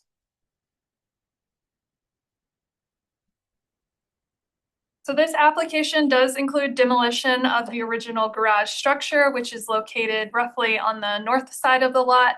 It is a one-story garage. Unfortunately, garages are not considered contributing structures within the Potter Highlands Historic District, so this structure may be demolished, even though she's somewhat cute. The applicant is proposing a new ADU that will sit roughly behind the primary structure. A small portion of it will stick out on the south side of the lot, but the placement and demolition of the garage is compliant with the guidelines, so no concerns there. I just have the floor plans and roof plans to show the commission. Two-car garage is proposed. There is a small bump out, one-story bump out on the north side of the ADU. That is a storage flex room. And then the ADU itself is a two-story structure. We'll have a single bedroom, bathroom, kitchen, living space with a gable roof. Proposed ADU has been designed to be compatible with the primary structure and surrounding historic context. We do have one concern over the window schedule and the notation in the window schedule. So the window I have circled on the north elevation in the window schedule is indicated to be a fixed window, but it looks like in elevation that it is a double hung window or a single hung window. Either double or single hung is appropriate. So we would just like clarification on what this window operation is. We do allow casements as long as they have a false mullion to replicate the appearance of double hung or single hung windows. And one of the windows on this structure is one of those false mullion casements to allow for egress. The new structure is subordinate to the primary structure. There is a significant change in grade on this lot, so it does sit a little bit lower, which will camouflage it from the public right-of-way, and does sit behind the primary structure, as you saw on the site plan, with just that small portion of the south elevation sticking out. It does have an exterior stair and a balcony on the alley, which is allowed per zoning to have a 100 square foot balcony. In terms of the cladding materials, this structure is clad in materials that are appropriate to the historic context, the primary structure, and do meet our design guidelines. We're simply asking for clarifications in the elevation keynotes on the materials. This applicant is really great, always about providing the material specifications and circling specifically on the material specifications what the individual materials will be. But we're just asking for those additional clarifications in the elevation keynotes. So for a contractor who is building this ADU, they don't have to look at those material specification sheets because those are not required per permitting. So the ground floor of this structure will be clad in a bonfire smooth brick. The second floor will be clad in a lap siding with a 4-inch reveal. And then in the gable face, there is a shingle material. The roofing is just an asphalt shingle. There is a slight notation mistake call out on the elevation notes as well, pointing to the gable roof material. So we're just asking for that to be fixed as it's actually pointing to the primary structure and not the ADU. But generally, all these materials do meet our guidelines and are compatible with our guidelines and are what the commission approves all the time for materials. So finally, this structure does need an administrative adjustment for the height of the structure. It does violate the max height that is allowed in this zone district. And this is due to the proposed slope of the roof, which staff recommended matching the primary structure. So you can see how those roof slopes are very similar, resulting in that need for that administrative adjustment. So we are recommending approval with some very minor conditions, and those conditions are that we confirm the operation of window 204B on the north elevation. If it's a casement window, it needs to have a false mullion to replicate the meeting rail appearance of a single or double hung window. And then provide additional details on the shiplap to confirm smooth finish and correct the gable face notations. And then we are also recommending administrative adjustment for that height encroachment. Thank you, Brittany. Does the commission have any questions or comments for Brittany? Or clarifications, rather? Okay, thank you. We are ready for the app.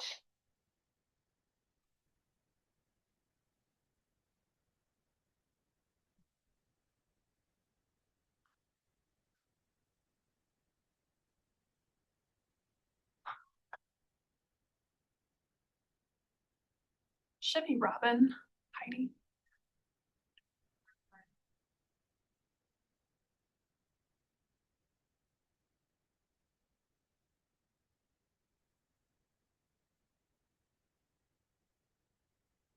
Hello, We can hear you. you can hear me? Perfect. Hi, Brittany. Hi. Yep. Whenever you're ready, Hello. I'll start your time. Okay. Yeah, very good. Please start. Yeah, I'll keep this brief, folks. Thank you for your time. Thank you for your review. We always appreciate Brittany and the staff's assistance when we present these projects to them initially. It's been our goal with this project to make it fairly simple in form and humble and presence in the neighborhood, and so that it blends in, and as well is it's not recognized as a historic structure. I don't know that I can add any more than what Brittany's already provided. So with that, I'm looking for an approval, hopefully, and understand the conditions that she outlined. We do apologize for a couple of those graphical typos, but I think we can easily fix any of those particular elements. And if there are any questions, I'm more than happy to address those. So thank you again. Thank you. Does the commission have any questions or clarifications for the applicant? No? Okay, thank you very much.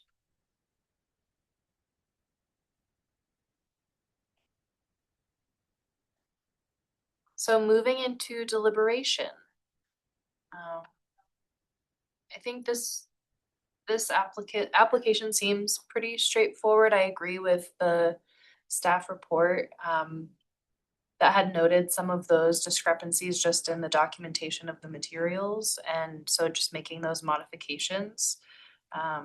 In general, I agree that this ADU is in alignment with the guidelines. Does anyone else have any other thoughts that they wanted to share?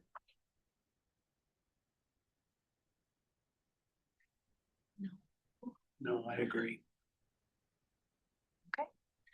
In that case, does anyone want to make a motion?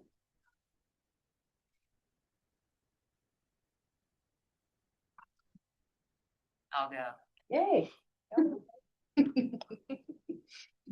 I move to approve with conditions application number 2026 COA 867 for demolition of the existing garage and construction of the new ADU at 3338 North Alcott Street as per design guideline 4.2.8, 4.3.10 through 4.3.12 and 5.5.4.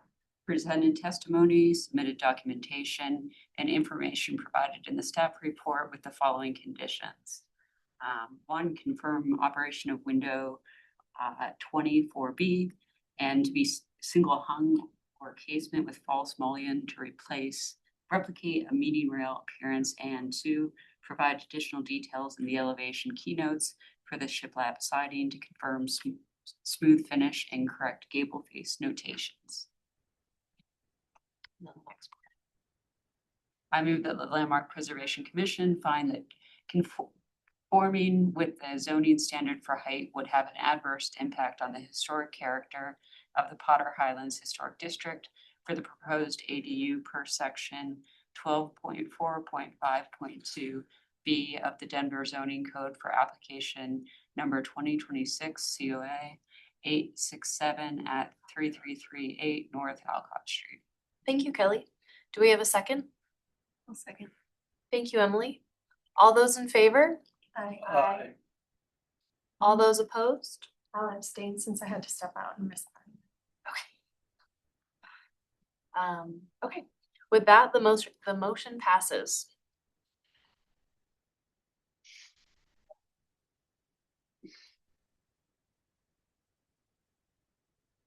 Okay, so moving on to number 2026 COA 684 150 North Franklin Street Country Club. Hey everyone, I'm Andrew Abbey, representing Landmark staff.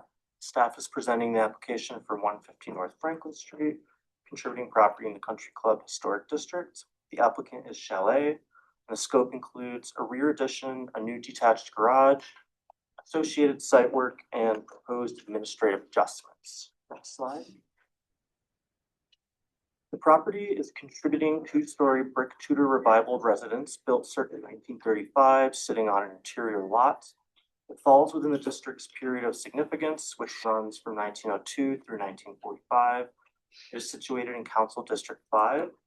The 1929 Sanborn map of the block with 150 North Franklin highlighted is shown above on the right, and a contemporary existing site plan is shown on the left. Next slide. The scope has four main pieces: a rear addition to the house, a new detached garage at the rear, site improvements, including a paver patio, outdoor fireplace, and a small open-air lagaya connecting the house to the garage, although it will not be physically connected to either of those structures, and a low 3-foot brick wall extending from the existing southwest corner at the front of the residence. The addition is about 972 square feet and the garage 608 square feet with a maximum height of 31 feet 2 inches on the addition. Next slide. The addition is composed of two gable roof masses linked by a central connector. The southern portion is recessed about 20 inches from the existing wall plane and extends 16 feet east with a shed dormer. The northern portion is recessed 8 inches and extends much further, about 47 feet in total, with 4 gable dormers across its 2 roof slopes. Both take design cues directly from the existing house. Next slide. Materials closely relate to the existing house: reclaimed brick walls, cast stone sills, Ludovici clay tile roofing to match the original, and aluminum clad wood windows and doors. Where divided light windows are used, the lights are simulated with spacer bars consistent with guideline requirements. Next slide.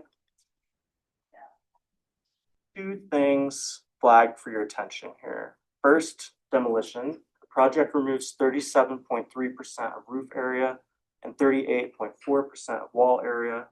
both under the 40% threshold that would trigger a public hearing, but still substantial. Second, there are several zoning departures, bulk plane projection, a slight height overage, a rear setback encroachment on the second story. Staff's position is that strict zoning compliance here would actually push the addition's mass closer to the historic house, which would therefore be worse for the existing resource. So we are recommending approval of these administrative adjustments to resolve those conflicts. Next slide.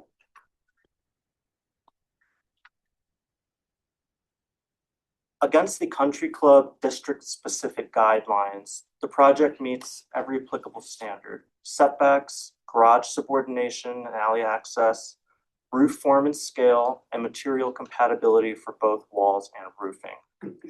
Next slide.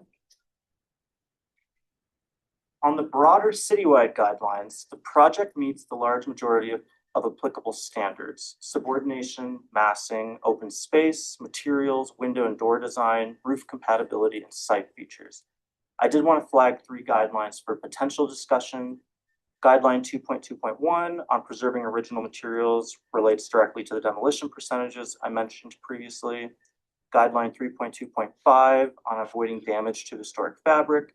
Most of what's removed was the original attached garage, and it is all in the rear. On guideline 3.3.2, which asks additions to be differentiated from the historic structure, staff didn't reach unanimous agreement on whether using hard-pressed reclaimed brick achieves enough differentiation. The new construction is mostly hidden from the public right-of-way, and the cast stone sills do provide some visual distinction, which weighed in favor of the design. Next. So staff is recommending approval on the project and the suggested motion, including recommendation for approval of the proposed administrative adjustments. Thank you. Thank you, Andrew. Does the commission have any questions or clarifications for staff? Andrew, I just had one. How does the 40% work? Is that like the roof and all the walls, or the roof and foundation walls and the, I mean, how does that? So I'm going to defer to Brittany for the actual, because I don't want to mess up a wording of it. So I probably should have sent this to the entirety of the commission, but I didn't. Apologies. Bree also asked about that because we do a check-in before these meetings. So the definition of demolition is in our ordinance, and it says removal of 40% or more of the exterior walls. So that is the same as the Zimmer zoning code, calculate that the same. And as Andrew said, it's 38.4% here. The definition also includes removal of 40% or more of the roof. That is not in the Denver zoning code. That is something special to our ordinance that helps us define total demolition. So we usually do that by the roof structure. And as Andrew indicated here, 837 square feet of the 2,242 square foot roof is proposed to be demolished. So that is 37.3%. And then our final calculation is 40% or more of the combined total exterior walls and roof. So here the combined square footage is 6,430 square feet, and a total of is to be demolished is 2,446 square feet. The applicant's table indicates 2,556, but if you add up the specific demolition numbers, it's just about 100 square feet off what the applicant included in their table. So that is 38%. So none of those 3 figures that triggers total demolition per our ordinance has been met with this application. Thank you.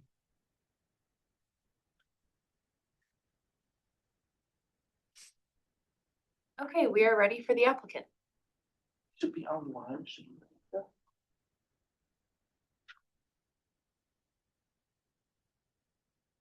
Or John might have. Yep.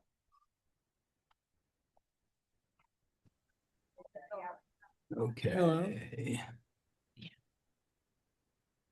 Can you guys hear me? Yeah. Okay. I'm not sure. I mean, I look pretty sharp today, but it doesn't matter.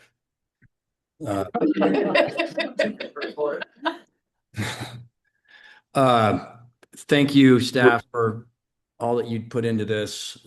Very much appreciated. I will note that we've been through quite a few iterations back and forth with staff, and feel like we came to a really nice conclusion.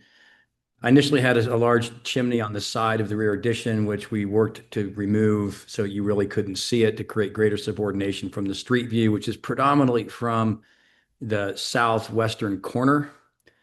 And then with the addition itself, you can actually see on this slide, the top right corner, the entirety of the original roof form on this return on the hip, the ridge form, everything is preserved. And so should anyone stand even in the backyard, you can still see the original roof forms returning to the addition everywhere that the addition touches the original form.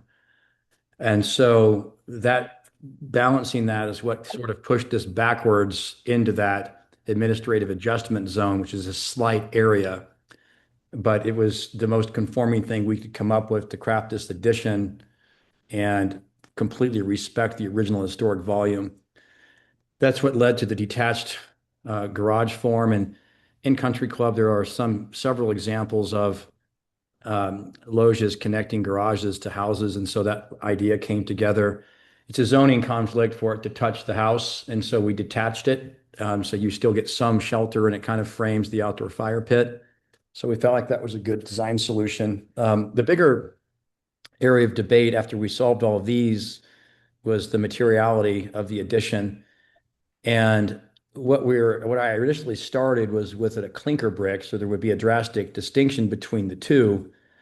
Staff's comments there were valid in the sense that the clinker brick itself, when installed correctly, which it would be, is also very historic, and it just looks like a less formal, that's what the inside of this house is made of. And so although it is a distinction, it's a very historical distinction. And so we went back to proposing a reclaimed hard press, which the bricks that we are proposing are like the original bricks, but there is a slight difference in the flashing that you're seeing there. And I really couldn't find the exact brick. And so those are close, but there will be a color difference. And then we're proposing a lime mortar that is not going to be exactly the same color as what's there now. It's faded into a tannish color. And the bricks will be chipped. So when you see the connection of those bricks, there is a distinction.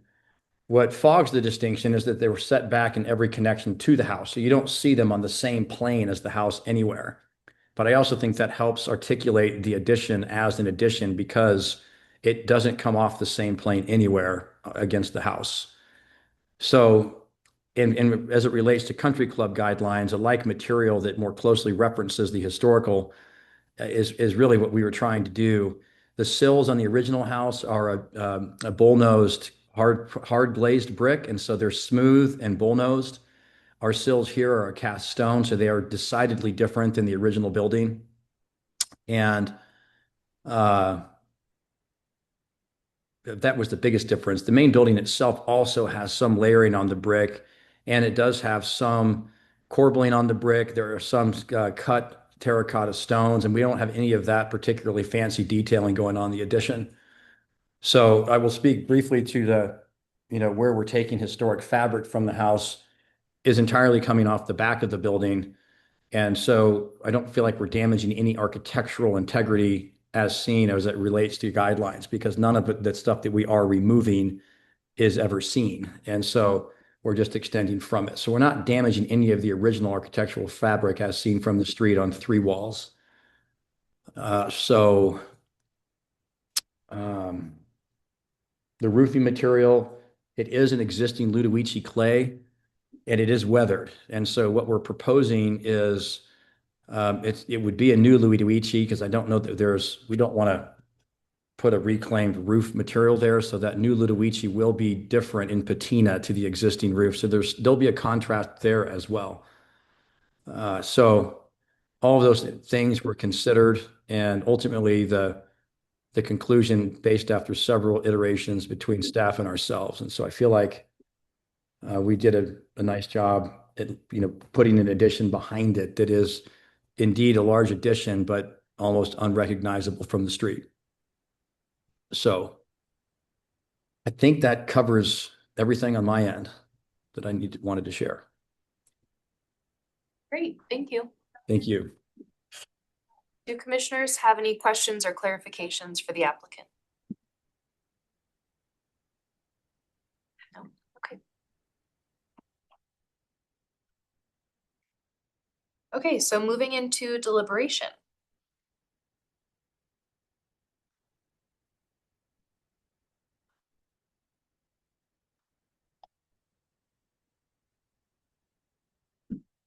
I think Andrew did a great job of pinpointing exactly a couple sections of the guidelines that staff had noted and kind of had some internal discussions about that I think are great points that they make. So I'm curious to hear the commission's thoughts on them and how they see them relating to this application relating to those specific guidelines. He had noted 2.2.1 in regards to the building materials, guideline 3.2.5 in relation to the historic building fabric and key defining features of a structure when building an addition, and 3.3.2 regarding an addition to a historic residential structure be compatible but different from the existing structure.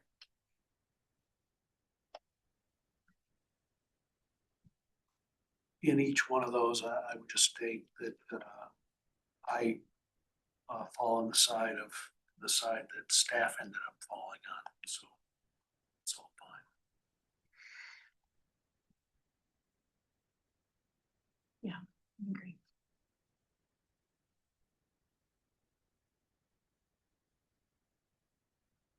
It's a lot of demolition, but it's well designed and fits the site.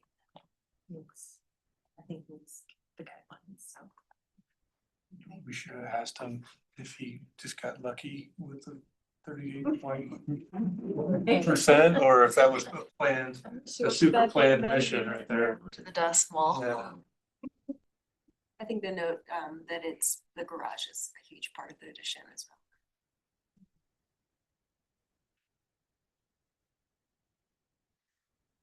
Well, then, would anyone like to make a motion?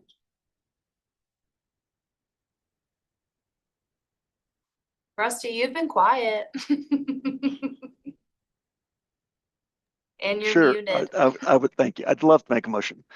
I move to approve application number 2026-COA-684 for the rear addition, detached garage and site work at 150 North Franklin Street as per Country Club Historic District Guidelines B2, B4, B5, D4, D5, E1, E2, Design Guidelines 2.2.1, 3.2.1, 3.2.2, 3.2.4, 3.2.5, 3.2.6, 3.2.7, 3.2.8, 3.3.1, 3.3.2, 4.3.10, 4.3.11, 5.2.2, presented testimony, submitted documentation, and information provided in the staff report. I also move that Landmark Preservation Commission find that conforming with the zoning standard for height, bulk plane, and second-story rear yard encroachment would have an adverse impact on the historic character of the Country Club Historic District or the proposed rear addition per section 12.4.5.2b of the Denver Zoning Code for application number 2026-COA-684 at 150 North Franklin Street. Thank you, Rusty.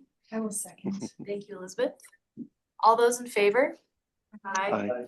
All those opposed? The motion passes.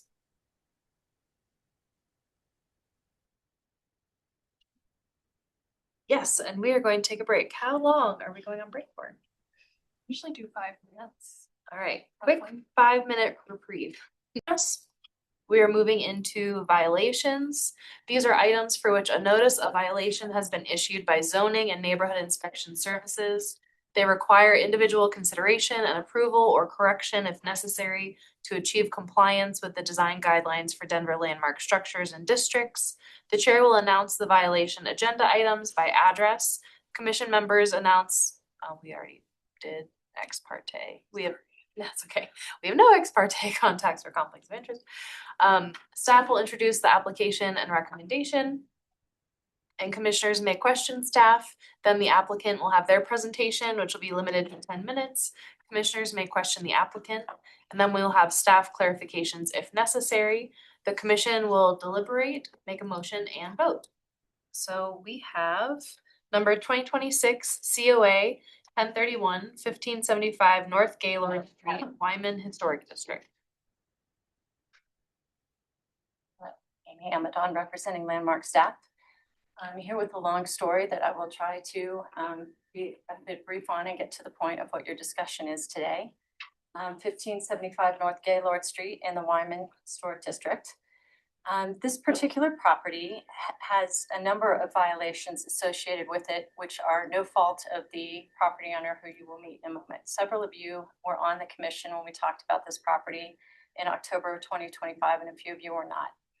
So the violations that have been discussed most recently relate to site work and fencing. In 2025, in late 2025, you all were asked to review a request to approve a rebar fence that surrounds the property that this property owner did not install, and paving at the front of the site that this property owner did not install. And the request to approve the as-is conditions was denied. So since that time, staff has worked with the property owner on alternatives, because there is a notice of violation issued, and these elements are not approved and need to be brought into compliance with permitting and design guideline approval. And things that have developed since your last discussion are that, first of all, there was a revelation that not only were there issues with compliance with your guidelines, but there were issues with compliance with the Denver zoning code. That there's too much pavement and not enough vegetation at the front of the property. So briefly, to bring you up to speed with that, there has been an approval of some additional planting areas. What you see in the front, actually, let's go to the next slide. This is the appearance of the property prior to this property owner purchasing it. And next slide, please. This is the appearance of the property now. So at the right-hand corner, you see what looks like grass, but is actually artificial turf, and the paving that I was just referring to. The Denver zoning code requires in this particular zone district that there be live planting of a certain percentage at the front of the property.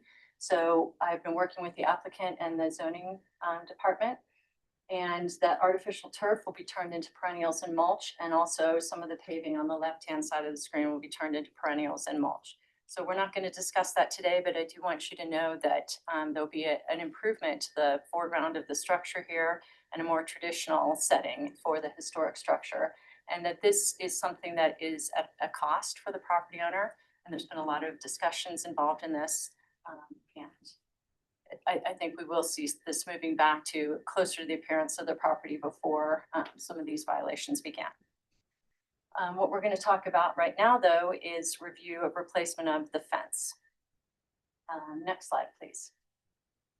So here you see the site plan view, and the blue dotted line is the existing rebar fence which surrounds the property. And next slide, please. The applicant is proposing to replace that with a steel fence, and you see the design here.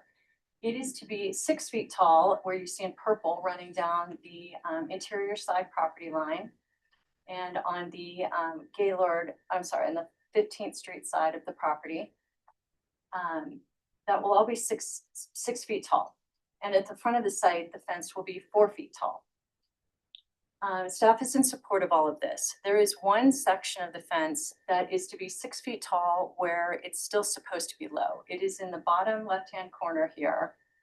Anywhere forward of the front of the building is supposed to be 4 feet tall, and it pops up to 6 feet before it should, because there is a parking lot next door. There's a retaining wall and a parking lot. And staff is supportive of an increased height in that particular location, because we want to make sure that a car doesn't actually accidentally back up and affect this property. So we are in support of an administrative adjustment being granted in that corner of the property. Thank you, Brittany, to benefit this this historic site. However, the the gate at the front of the property, the entry gate, is proposed to be 5'6", where it is only permitted to be 4 feet tall. And that is the part of the current proposal that we are not in support of. And if we go to the next slide, we'll describe why. So this is the existing condition, and I did attempt to modify with some AI imaging to show you what the proposed new gate would look like. And I want to be clear that this is an attempt and may not be completely accurate, but the existing arch that pops up above the gate has been removed here, and this is an approximation of what is proposed. So you have a 4-foot fence across the front of the property, and then you have the 5'6" tall entry gate. That is approximately what is proposed, with a honeycomb style security screen attached to it. And when you apply the design guidelines, staff has found that they are not met for a number of reasons. We find that, again, a 4-foot tall fence is what is allowed here. And several of the guidelines indicate that a low and simple residential style fence is what's appropriate. We find that the screen is foreign to the setting of the historic district. We find that an overly tall fence is not in character with maintaining a connection between the building and the street, residents and passersby. And in general, a front yard has different privacy concerns than a rear yard, that we just in general find that this is not typical of the neighborhood, typical of a historic district, or an appropriate entry to a historic structure. The applicant will describe to you that the reason for this proposed fence is security concerns. This was a single family home. It's now a multifamily use. It has been for decades. And in their experience, they have some concerns with entry onto the property. And we understand that. That is the reason why these, particularly that screen, is being proposed, to try to prevent someone from reaching through and opening the gate. If you go to the next slide, please. These are just some images of adjacent properties. This particular site is 1 block off of Colfax Avenue, and there are all kinds of, conditions of adjacent properties. The applicant will show you some that have taller fences. These particular ones that are immediately next door, some have no fences, some have very low fences. There's a whole variety, but nothing quite like what is proposed in this application. We have tried to suggest alternatives, perhaps a low fence that's opaque that would prevent someone from reaching through, or a taller fence that is more architectural. And we just have not been able to come to something we can all agree on. We just don't find that the existing proposal balances those concerns of a residential character while addressing the security topics that have been brought up. There's an image in the left-hand side at the top there of a what's called shroud, I guess, that can be put over the handle on the inside of the fence, so that if someone were reaching over, they simply cannot open the latch inside. I think that is the reason why the fence is being proposed to be tall. And there are just other ways to solve these problems, in our opinions, than the kind of design that is being proposed. So next slide, please. Emphasizing again that this has been a long discussion for this property owner who's trying to resolve conditions that were not created. We're very happy that the rebar fence is going to be replaced. The proposed fence is entirely appropriate. We support the idea that it will be slightly taller than allowed at that one corner where there's an adjacent retaining wall. The only thing that we cannot support here is that entry gate. At 5'6", you would be supporting it at that height because having it be 4 feet tall would have an adverse impact on the historic resource. That would be the necessary finding. We don't think that that is a finding that really is supportable. And you would be finding that it is compliant with all the design guidelines that call for a fence and a gate in this location to be residential in character, low in height, transparent, and things like that. And we just don't think the current design has achieved that.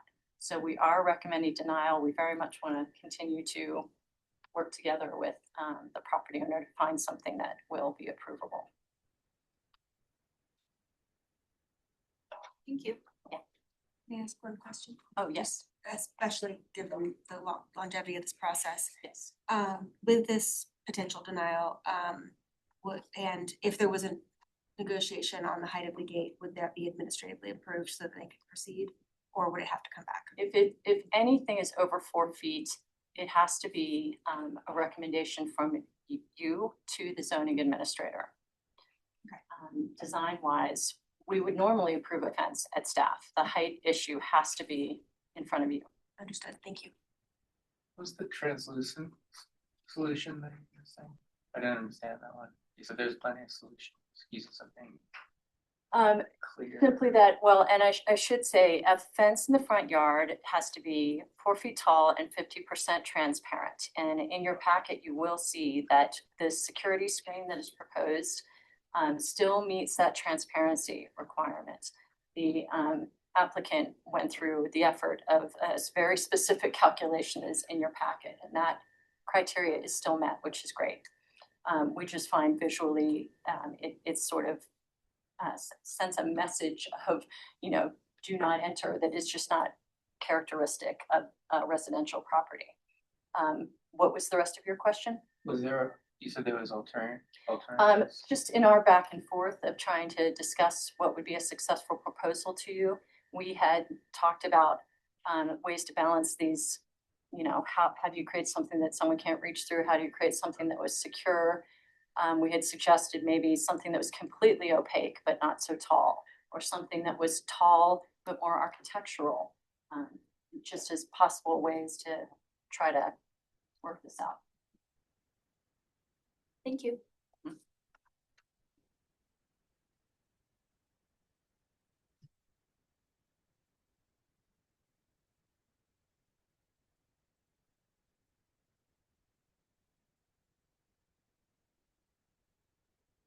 Yes, we are ready for that. Sorry, I didn't know if you guys were in the room or online. And you'll just need to let me know when to change your slides. I'll do that. All right, so I'm Michelle Campbell. I was here a year ago in October. I recognize some of you. This is my husband Ian. He wasn't here before, but is here today. And I think that, Amy, thank you. That was a great summary of how we got to today.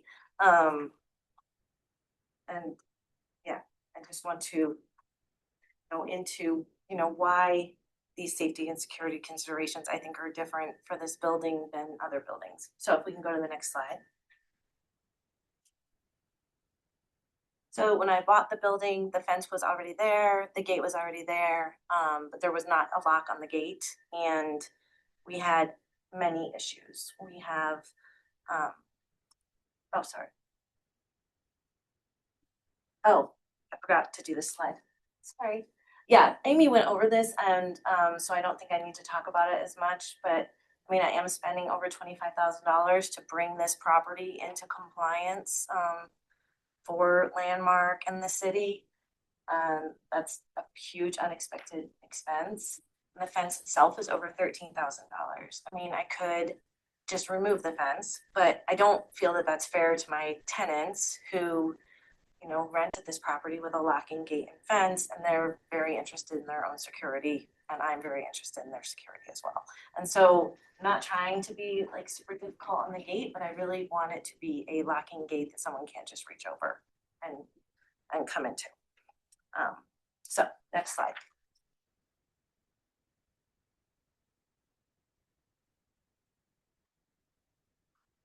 So this building is 1 block north of Colfax and 1 block west of York. The building across the street is a church that runs a homeless shelter every Wednesday. We have a lot of issues with homeless people in this area. We've had encampments in this picture that you see here. Those are the garden level windows for some of my tenants. We've had encampments right in that grass there that we've had to have removed. Before I had the lock on the gate, if I had a vacant apartment, there was almost always someone in it the next morning doing drugs when I went by the place. I've had homeless people break into our back laundry room and sleep in there. It was really very, very difficult. After I got everything locked down, we haven't had a single break-in. We haven't even had a package stolen from off the porch. So it's a big difference. I don't think that people are as willing to jump over a fence or to walk through a gate as they are to, they're not as willing to jump over a fence as they are to walk through a gate. So, and also the crime in this area is really high. I don't know if you've seen the recent articles about the people about the big drug ring that was arrested right there on Colfax, about a 5-minute walk from my house. And also my insurance was canceled in March due to the high crime rates in the neighborhood. And I have that cancellation later in the packet. And I think some of the residential buildings around, they don't have the same issues that we do because they can install their own security systems and things like that. As a multi-unit building, I can't really do that, right? I can't have the tenants sharing security systems and people moving in and out. It's just not logistically possible. Next slide. I think there is some safety concern for the house itself, and that if you have vandalism, people breaking windows, things like that, it does affect the structure of the house. And also, this is a picture that I just took last week. My tenant, who has the testimonial in here at the end, she loves flowers. She does all of the planting in the flower pots and everything like that. She knows her stuff is safe because people can't get into the yard to vandalize it. So I think that the safety does contribute to the beauty of the building. Next slide. So getting into the gate height, when you take a gate and you lower it from 5'6" to 5 feet, the height of the person who can reach over the gate and unlock it drastically changes. I have tables at the end showing you that. You can play with that by lowering the knob, but when you get to a 5-foot high gate, if you lower the knob, you get below the ADA compliance, because the knob has to be between 34 inches and 48 inches for ADA compliance. It has to get down to like 32 or 30 inches on that 5-foot high gate so that people can't reach over and turn it. I talked to my fencer about a double keypad, and where you would have to unlock it from the inside. Same problem with the fire restrictions, since this is the main entry to the house. You can't have a keypad that you have to unlock from the inside because it becomes a fire problem. And then, Amy talked about some of the places where there aren't high gates, but I have 4 houses here that are just on my block. I only went on my block. So this is just down the street a couple inches. We have a gate. It's solid up to 5'7" and the top of the arch is 7'7" high. If you go to the next slide. That first house has a 6'9" gate with a security screen and a lock. The next house, the gate is to the side, but it's a 6-foot high gate and they have a double lock, but they can do that because they don't have a primary entrance. And then across the street, the church, they have a 10-foot high gate with a lock and a security screen. So I'm not the only person in the neighborhood who's worried about security. We do have a crime problem here. Next slide. So I'm not an expert in any of this. I feel like everybody else who came up and talked is an architect. I'm not. But I'm trying to, keep the fence and the gate design simple. I'm trying to match the design guidelines document, and I am willing to compromise. Amy asked me for a change to the plan last week, and I had her change within 24 hours. I'm willing to compromise. The problem is if the gate can only be 5'6" high, and I go to a curved gate, then the edge of the gate is back to being 5 foot high. And so I still have my reach over problem. So if we can build a higher gate that has a curve and that makes people happy, that's fine. My only issue is providing that gate that is locked.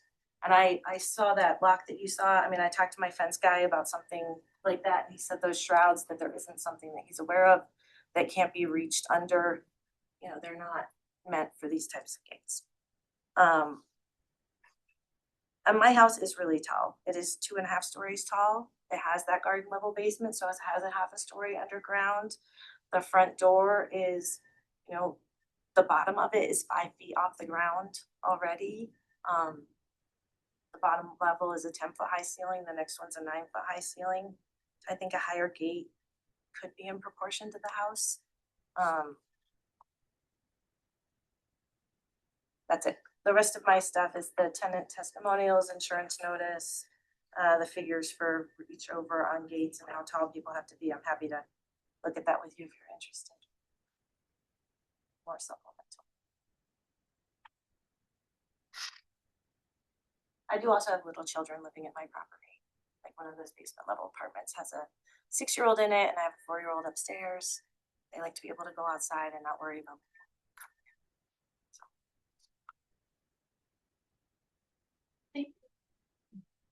Does the commission have any questions or clarifications for that? Nick Reese's hand first. It's okay, go ahead. I'm just curious about, did you look into having a keypad on the outside and a crash bar on the inside? Because that satisfies the fire department. So I was told that a crash bar is not like historically something we could do in the neighborhood. By staff? Yes, isn't that the one where you just push it? I don't think you and I talked about that. We would be open to that. I don't know what a if crash that bar is would then. be involved. So a crash bar is just, it's that. yeah. Like on that. Yeah, like the picture you sent me, you said this is something that's not for residential, it was specifically a crash bar that you sent me.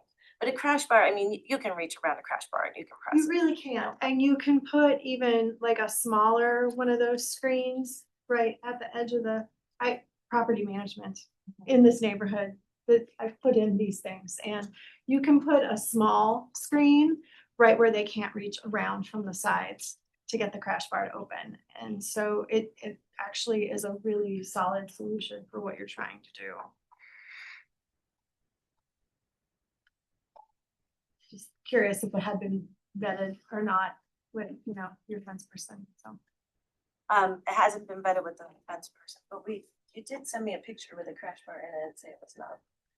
I don't know. We're not denying that that's a possibility. Okay, just curious about, it's a very practical, it's allowed, it's a practical facility.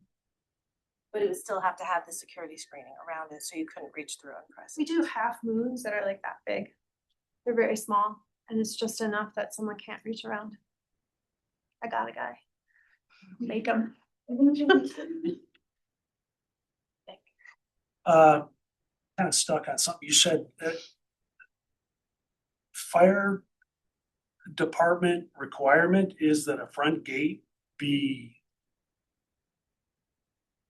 unlocked? What specifically? The fence person told me that from the inside, if you have to enter a code to get out of your primary exit, Yeah. that's Yeah. against the Grass. It's not the house. It's used, all these fences, if you look, most of them have crash bars. Place mustard. Yeah, but for egress, you can't impede egress from. I don't understand that. I would, because they I couldn't be would beg locked somebody to inside. show me the code that requires. I think it's international. You're out of the structure. But confined by. I've given up arguing with the fire department. There's not much point. I have a really silly question, and I apologize for it. The 4-foot height compared to the bigger height of the centerpiece for the entrance is obviously quite a bit lower, and so you're saying people do not just jump over that? And that's just enough to where that's more of a pain than trying to get through the gate, and that deters them.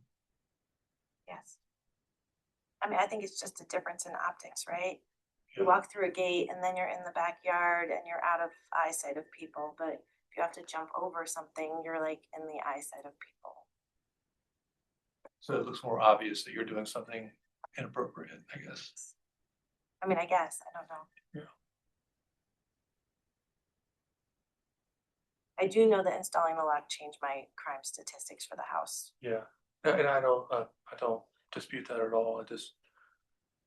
It seems very easy to go over the 4-foot side. It's just as easy as it does to see a little bit, but I can see the optics of it. Any other questions? Thank you.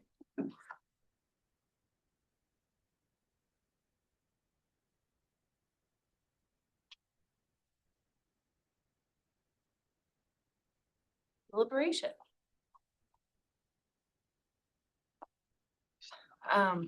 Chris, I will say I had the same thought about the fence heights, but I can understand the point of visibility if it's more noticeable, like you're gonna notice someone hopping a fence over someone passing through a gate. It's seeming more commonplace for someone to be able to walk through a gate. But I had the same thought you did about the height. 4 feet seems low enough to jump it, but. For someone who really wants to get in, but Yeah. for your common package thieves, Right. they're trying to blend in. Right, yeah, that makes sense, yeah. Yeah, I think it's a really difficult situation because I think security should trump some of the guideline stuff, you know. Without a doubt, and people should be safe and should have property and have a safe place to live, despite whatever the guidelines say. So I think it's a difficult. It's rough right there. It's rough. But also, I think there's the aesthetic part too, right? The gate right now, it's just not very aesthetically pleasing or suits the house or anything. It's so obviously just for security versus if it had any kind of architectural element to it. I think about the design guidelines that it is negatively impacting the historic character of the house in the district. And that's where I'm curious if there is, and you brought up an example of, a lower, more substantial gated entrance that would have less of an impact, but it would have some sort of blocking mechanism that, would address those safety concerns. Yeah, the ADA situation is very problematic for multifamily. Yeah, and I guess you being more familiar with those hardware requirements, I guess from that standpoint, I know ADA doesn't specifically always mean someone in a wheelchair, but when I think of the height requirement for ADA for that hardware, the pathway is stair-stepped. So that was kind of my first thought with the height was there may be some leniency. That doesn't mean that somebody wouldn't make an ADA complaint, which are Right. very difficult to fight and very expensive to fight. And so, for one thing, I'm all about the taller fence in the other areas. I think that's totally fine. I wouldn't want to hold them up on that. And I'm sensitive to the security, and I think there's maybe a few tweaks that could be made, and maybe it could just be made more aesthetically pleasing versus it's kind of like you're looking at like East Germany or something. Can I ask a question? In regards to the aesthetics, are you making comments on the aesthetics of the height specifically, or just the design and the grading or something else? Design and the shape of it more, which is I think in what you were saying, Amy, right? That we're Are there willing to, guidelines on that, or is that just you're trying to make it look better? we're trying to find a path through to give you a sort of a variance. Yeah. And so is this It already violates guidelines. So this is deliberation. So this is usually the portion of the meeting where we discuss the testimony and what we've heard. Yeah. So typically we don't take public comment. Okay, sorry. So we appreciate the clarification and question. No, it's just us chickens now. Yeah. It's I think that it's a tough design to support the variance on that. That's my 2 cents. But in the other areas, I wouldn't want to hold them up. So even an approval with conditions I would be amenable to that. Because the sooner they can get the other pieces in place, the better for them. Procedural, it seems like approval with conditions tends to be more restrictive. With a denial, they would be able to administratively approve a solution that works administratively.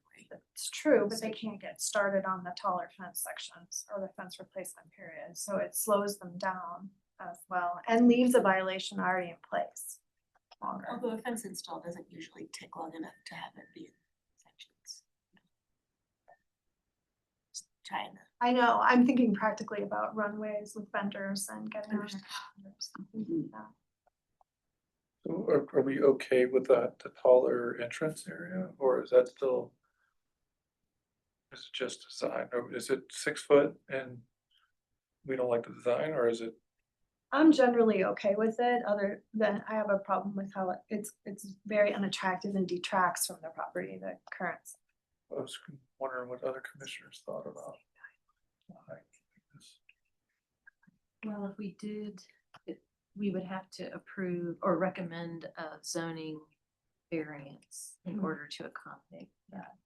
And because it doesn't currently meet zoning. Yeah, and to that point. So it does, we can't guarantee that zoning will go for it anyway. Yeah. And to that point, if we can cite guidelines with our comments. I got them all right here. The document is on the page. Great. Page 98 if you need it.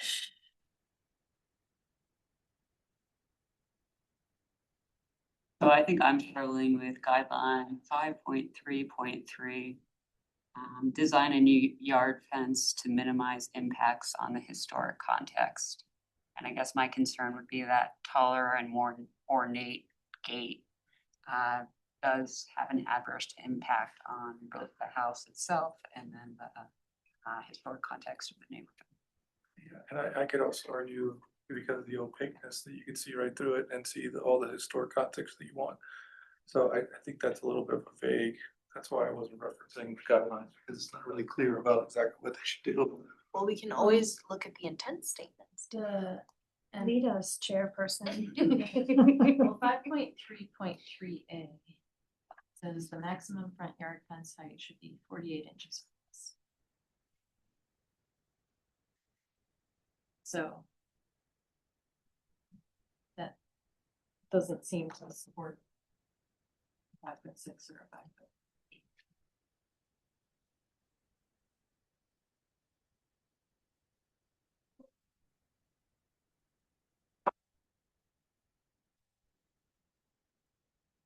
Right, opacity, not opaqueness, that was a really poor choice of words.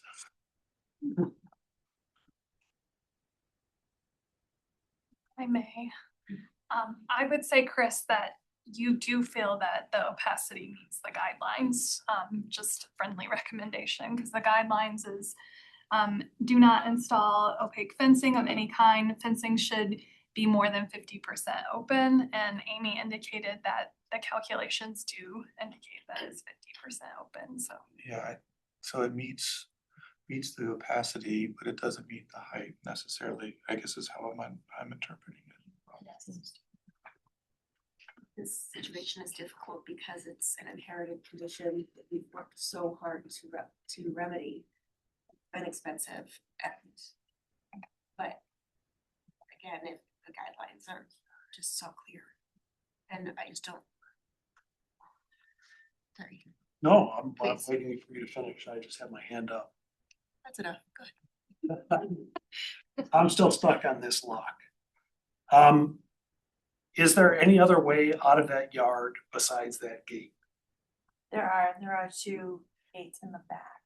And are they locked from the inside? They're not, they're locked from outside. So you can use those as your means of egress, and you can just put a keyed lock on both sides of that gate in the front and solve the problem. Yeah, you can. Yeah. With multifamily? Yeah. Yeah. You have multiple. As long as you have, 2 points, I think, right? well, she said there are two more. Of the house, but you can't go out the front house and then run all the way around the back. You go out. I don't think the fire marshal's gonna go for it. No, I don't think that's gonna work. The You know people what in the I'm saying? main house only have an exit out the front of the main house. They can't get to the back. They can't get to the back without going all the way around the house. I'm just trying to solve your problem. I appreciate that. There are layers of. She's taking of donations each if you really want to solve her problem. I know, well, I mean, I think we wanna help if we can, right? Why we serve, but there are layers of agencies and rules on this. So section 5.4.1, when a fence or new retaining wall needs to be secured securely, purposes. The retaining wall need to be as high.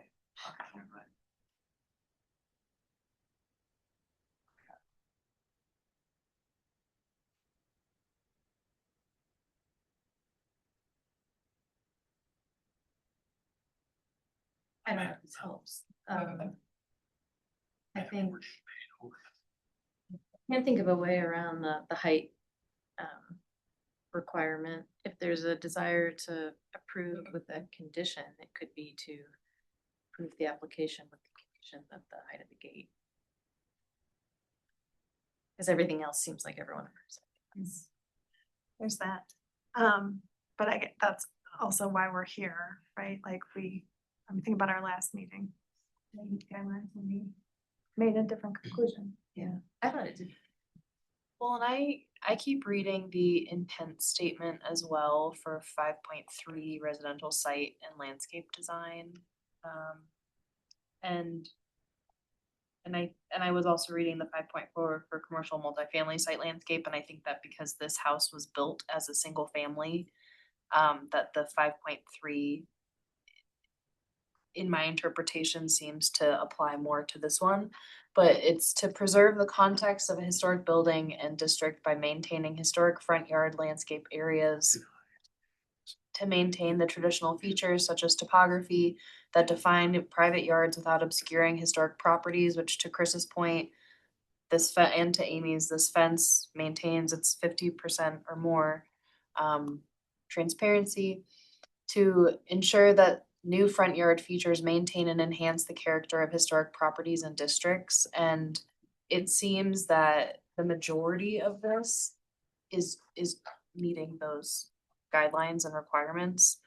And the guideline for the fences and walls falls under this 5.3 section. And so I know we've been talking about the height of just this one portion. But I think that with the privacy concerns and what we've heard from the applicant, in my mind, I'm just going back to the intent statements and the way that I'm interpreting it, I do think that what we have before us can meet the intent statements. I know the height is not ideal, but again, I think that the fence as presented, while the height at that gate is not exactly aligned, I can totally understand why it's desired for the now use of the property of previously being single family, now it's multifamily. And I think someone else made the point of this being one factor of the application where the rest of it seems to meet the guidelines, and that the applicant has done a lot of work to get this in compliance.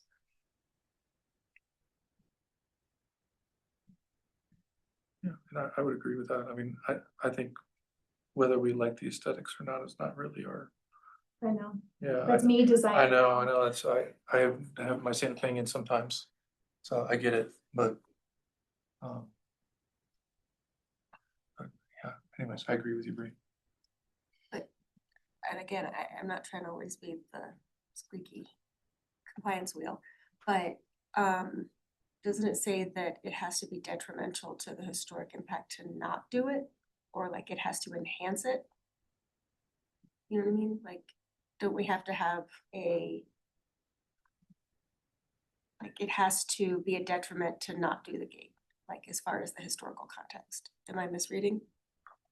A detriment to the property or a detriment? Yeah, a detriment to the property in the neighborhood. To not have a gate. To not have this height and type of gate. Do we think it's being detrimental to the historic fabric of the structure? I mean, is like That that it would be a detriment not only as is, but like to not do it that way, because we're proposing a new thing. And then also I think it's an idea that it needs to enhance to be able to do this, like it's to do the variation. Sorry. Well, kind of like the last project. Where that height. Yeah, like It that it was- makes it worse to not do it. So are you asking about a landmark variance? Well, isn't, oh, I mean, they're asking for us to put forth a variance to bring to zoning, right? Basically, yeah. And it's not just approving based on guidelines, it's trying to prove, they're trying to bring to us that it proves that the security concerns equal the variance, where it seems like the way it's written is a variance would be contingent upon it being detrimental to the historic character as like the only So reason. Amy may have Yeah, clarification. Again, I'm not using my words. I know what you're trying to say, but I thought I'll just read the language. thank just you, so that, sorry. Yeah, just so that you have it correctly in your minds. To allow the gate to be taller than 4 feet, the commission must find that development conforming to the requirements of this code would have an adverse impact upon the historic character of the district or historic structure. If I may. So that is just the landmark variance. There are other variances that applicants can pursue. So you can separate out the two issues. You can say that we find the gate appropriate, but we're not gonna recommend a landmark variance for this. And then they would have to pursue other variances. And again, we're not zoning, so we can't speak to those variances. The only one we can speak to is the landmark variance. Right, it's still, the zoning may still say no, is the point. Does anybody else support the denial motion? No. Because that solves all this. I could. I don't think, does it meet the guideline? Yeah. Which is a shame because everything Yeah. does. Exactly, and I would like to find a way to thread the needle to allow them to fence, cause I do agree, I mean, I do property management as well, like I do agree that fence is good. So we could do an approval with condition and just take the gate out and approve the rest of it. So they Would completely undermine the security. yeah, but if we can't find a pathway through, it still doesn't solve them. They still have to go to zoning. They could come back to us and say zoning said it was okay. And then we've got something else to work with. It seems unkind to do a blanket denial when we're fine with generally with everything except the gate is still in question. Well, staff's got to that point with the applicant as well. Well, in my, And I was just gonna say, my recollection in the past, when we've been looking to make modifications to the motions, usually it wasn't that the approach wasn't to piecemeal things and separate them out, is my recollection. It was always, usually the best way forward is to either move to make the motion as it was suggested in the report, or for us to revise the motion. But we need to provide a motion that addresses what's in front of us in the application. So to your point of remove it, let's keep the fence moving, remove the gate. It's my understanding that we don't typically want to do that with our motions. Right. I remember that we had talked about that, yeah. I just, in this case, to me, it seems kinder. Sorry, Nick, go ahead. I'll just make the motion. If you'll allow me. I move to deny application 2026-COA-1031 for the fencing and gate at 1575 North Gaylord Street as per design guidelines 5.2.2, 5.3.3, and 5.4.1, presented testimony, submitted documentation, and information provided in the staff report. Thank you, Nick. Do we have a second? I'll second. Thank you, Jane. All those in favor? Aye. All those opposed? Okay. All those abstained? That's 2. Math. Where's question up? Nope, hold on. Okay. The motion passes.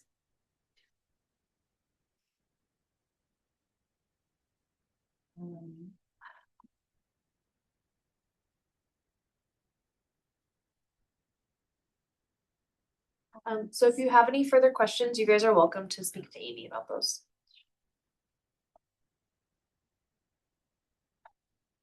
Moving on to discussion items.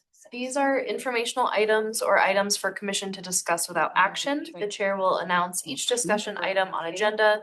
Staff will introduce the informational items or items for discussion. The commission will discuss amongst themselves and with staff. No actions or votes will be taken for discussion items. Today we have our commissioner training, official role of the commission and legal basis with Abby. Hello.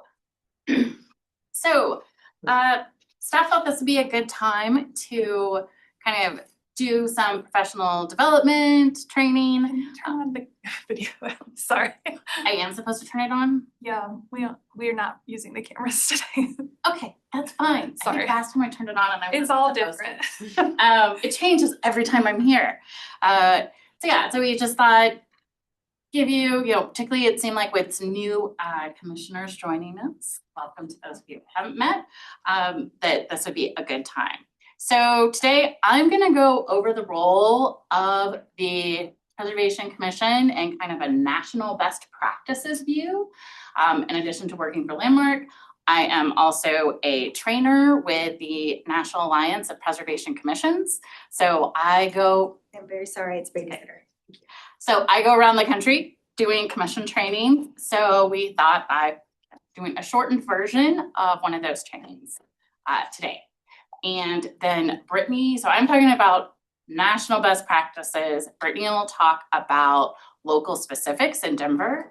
And then I am also going to do just a quick update for everyone on the current proposed updates to the Section 106 process and how they would specifically impact the city of Denver. So as I said, this is adapted from NAPC training. So this is national best practices. It's not based specifically on any cases in Denver or on the Denver ordinance. This is really, kind of national level, how a good commission works. And if you have any questions about specific requirements in Denver, those should go to either staff or city attorney. So this no legal advice here. So gonna cover where your authority comes from, the two roles that the commission has being both legislative and quasi-judicial, how you can make a defensible decision that won't end up in court, how the commission is the public face of preservation in the city, and then quick takeaways. So in the US, it's really set up so that it's at the local level that there is power to regulate with historic preservation.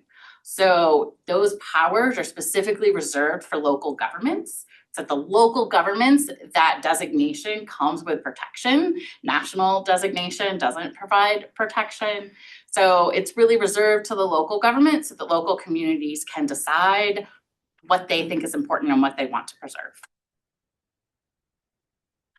And courts have upheld this authority. So one of the most famous cases is the Penn Central versus the city of New York.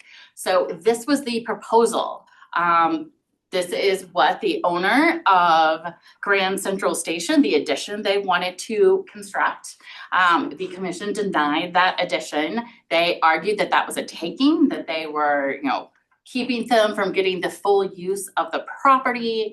And the court said no, as long as you still have a reasonable use of a property, the commission denying an application, that's fine. It's not a taking, and that it is, kind of legally recognized that cities have the right to regulate based on historic architecture, culture, and aesthetics. So your authority comes specifically from our landmark ordinance. So what you can do is all comes from that ordinance. The ordinance defines what the role of the commission is and what it isn't. So if you have not recently read the ordinance, I would encourage you to. So we are currently part of a national framework. that connects us to the state level preservation and federal preservation. City of Denver is a certified local government. That's a program that kind of verifies that we have a preservation ordinance, we have a qualified preservation commission, that we have a local landmark program, and that we facilitate public participation in our process and follow the national standards. And we periodically get reviewed by the state to make sure that we're still upholding standards in how we run our program, how we do commission meetings. Currently, this structure is what is under threat. Some of this, currently as a certified local government, we're part of this partnership with the state and the feds, and that's part of what is being proposed to be taken away under the new Section 106 revisions. So, as a commission, you have two different roles. You have a legislative role and a quasi-judicial role. And I think most the issues that preservations get into is if they confuse those roles or try to combine the roles. So you can only do one of these roles at a time. So in your legislative role, you're establishing policy. You're doing things like developing design guidelines, deciding on how meetings are going to run, approving, changes to public comment, working on a preservation plan. So those are, your legislative roles, understanding what should our guidelines be, what should our policies be, how do we want to do design review. Then your quasi-judicial are going to be, taking on this governance role when you're looking at particular cases. So whenever you're doing design review or doing a public hearing, that is a quasi-judicial role.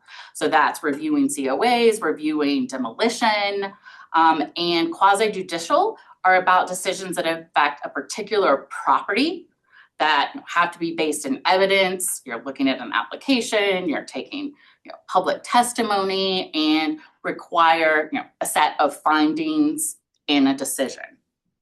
So you're deciding, does the application meet the guidelines that we have already adopted?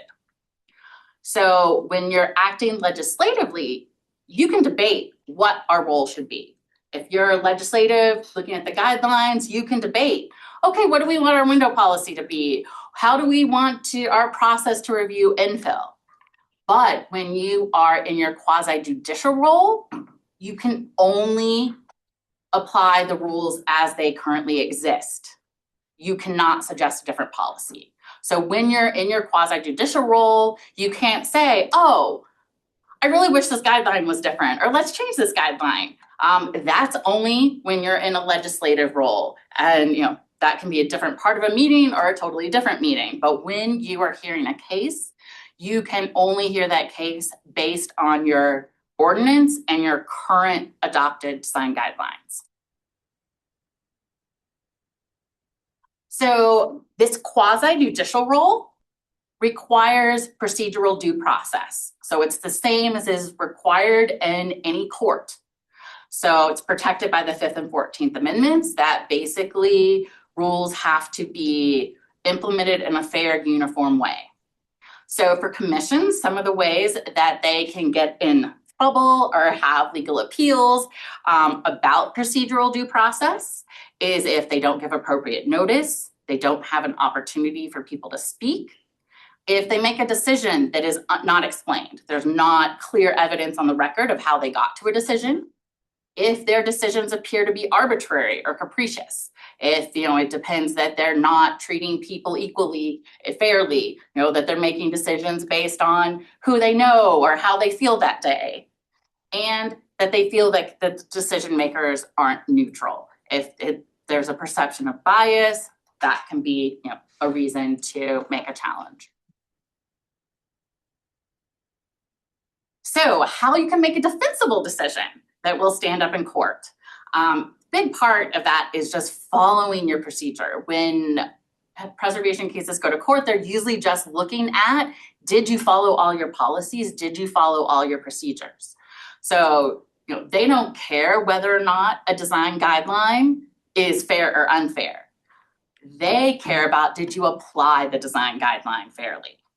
So you want to be sure that you base your decision on evidence, that you always tie motions to guidelines, that similar properties are treated similarly, that you provide a justification if you're making a decision that doesn't follow previous precedent, that you don't consider things that are outside of your purview.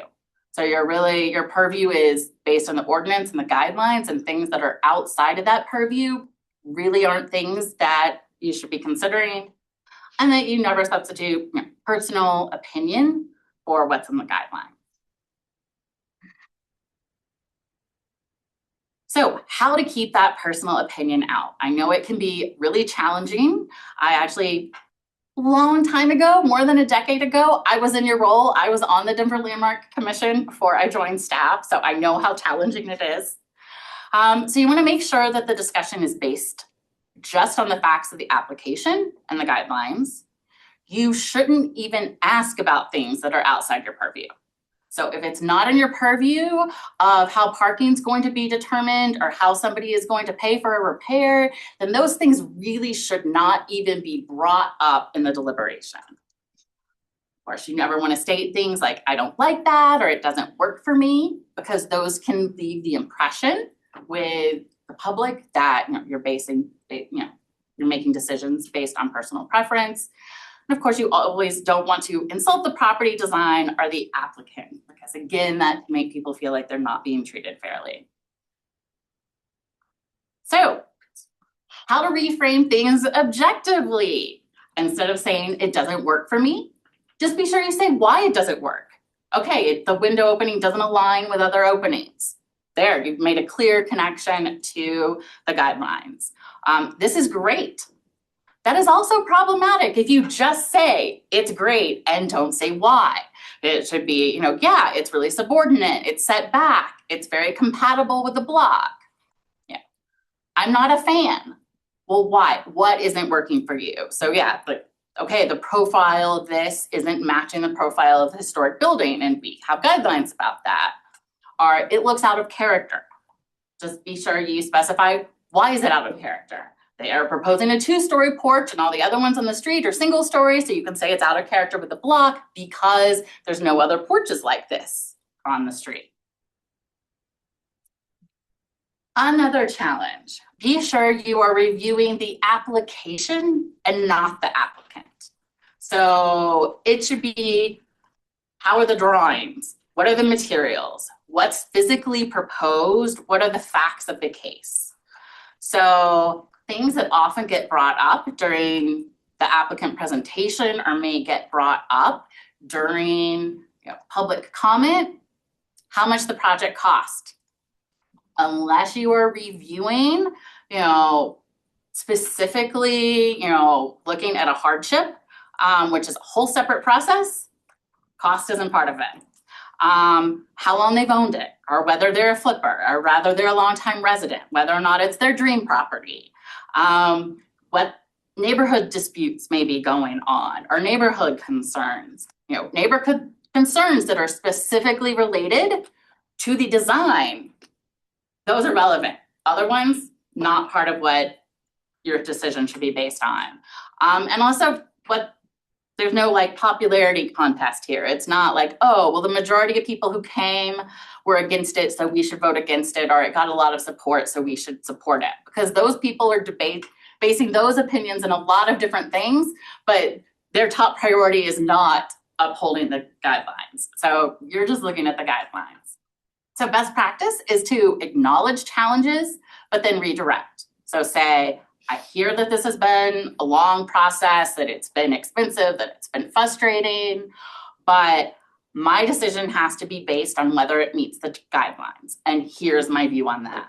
So acknowledge, because one of the things that, people get the most upset about is if they feel like they're not being heard. So you want to acknowledge those challenges, but then also let them know that you can only decide based on the guidelines. And while sometimes it's so tempting to just make a sympathetic vote, okay, they've really struggled, I should just give them a break and let's see how we can work around this. That isn't fair to anyone else. It means that other people who are watching feel like, oh, well, if I just make a, sob story, maybe mine will get approved.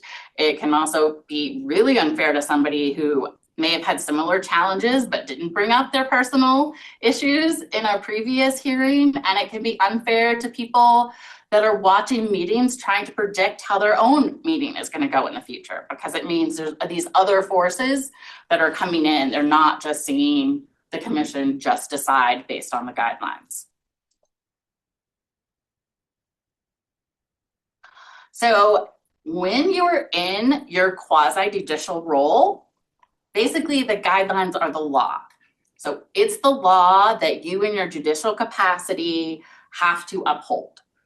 So whether or not they should be the law, that's your legislative function and can't be done at the same time. So in the same, deliberation, you cannot both talk about this is the guideline, but should it be the guideline?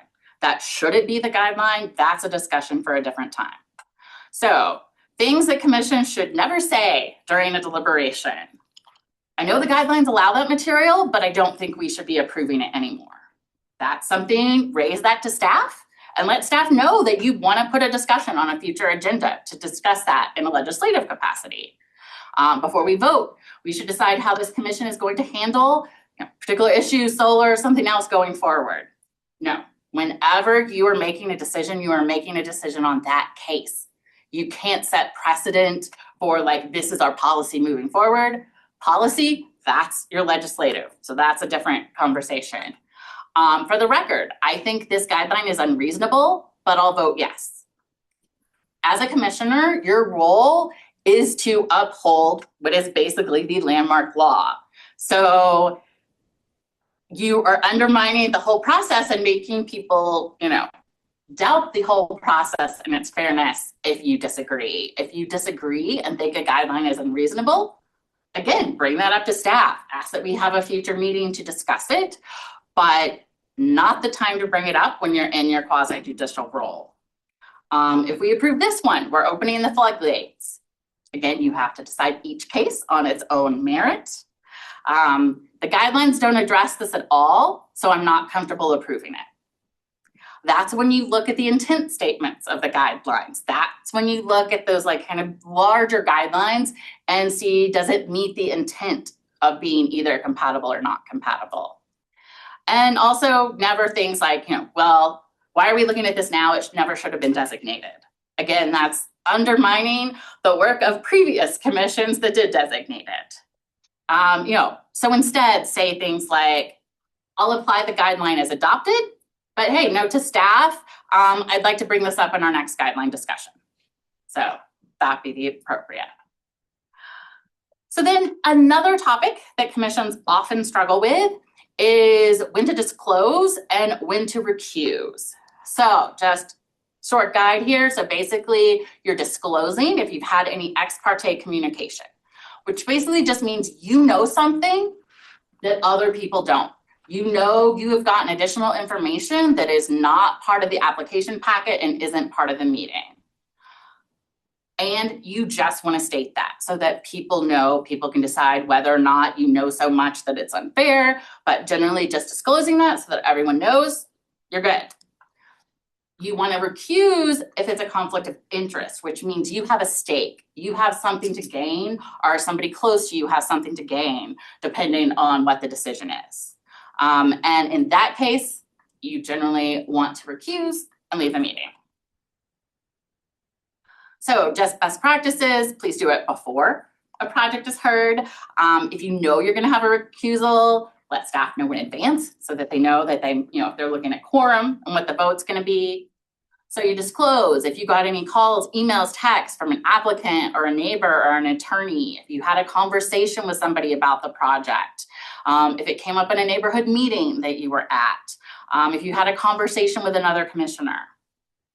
You're probably going to need to recuse if you have a financial interest or somebody else close to you does, if the applicant is a client or an employer, you have a close relationship, or if you serve on a board that has taken a position on this, This has come up before with people who both serve on our commission and serve on the Historic Denver Board. So if Historic Denver has voted on this is their position, well then that's a recusal because you've already been part of a vote that states your opinion.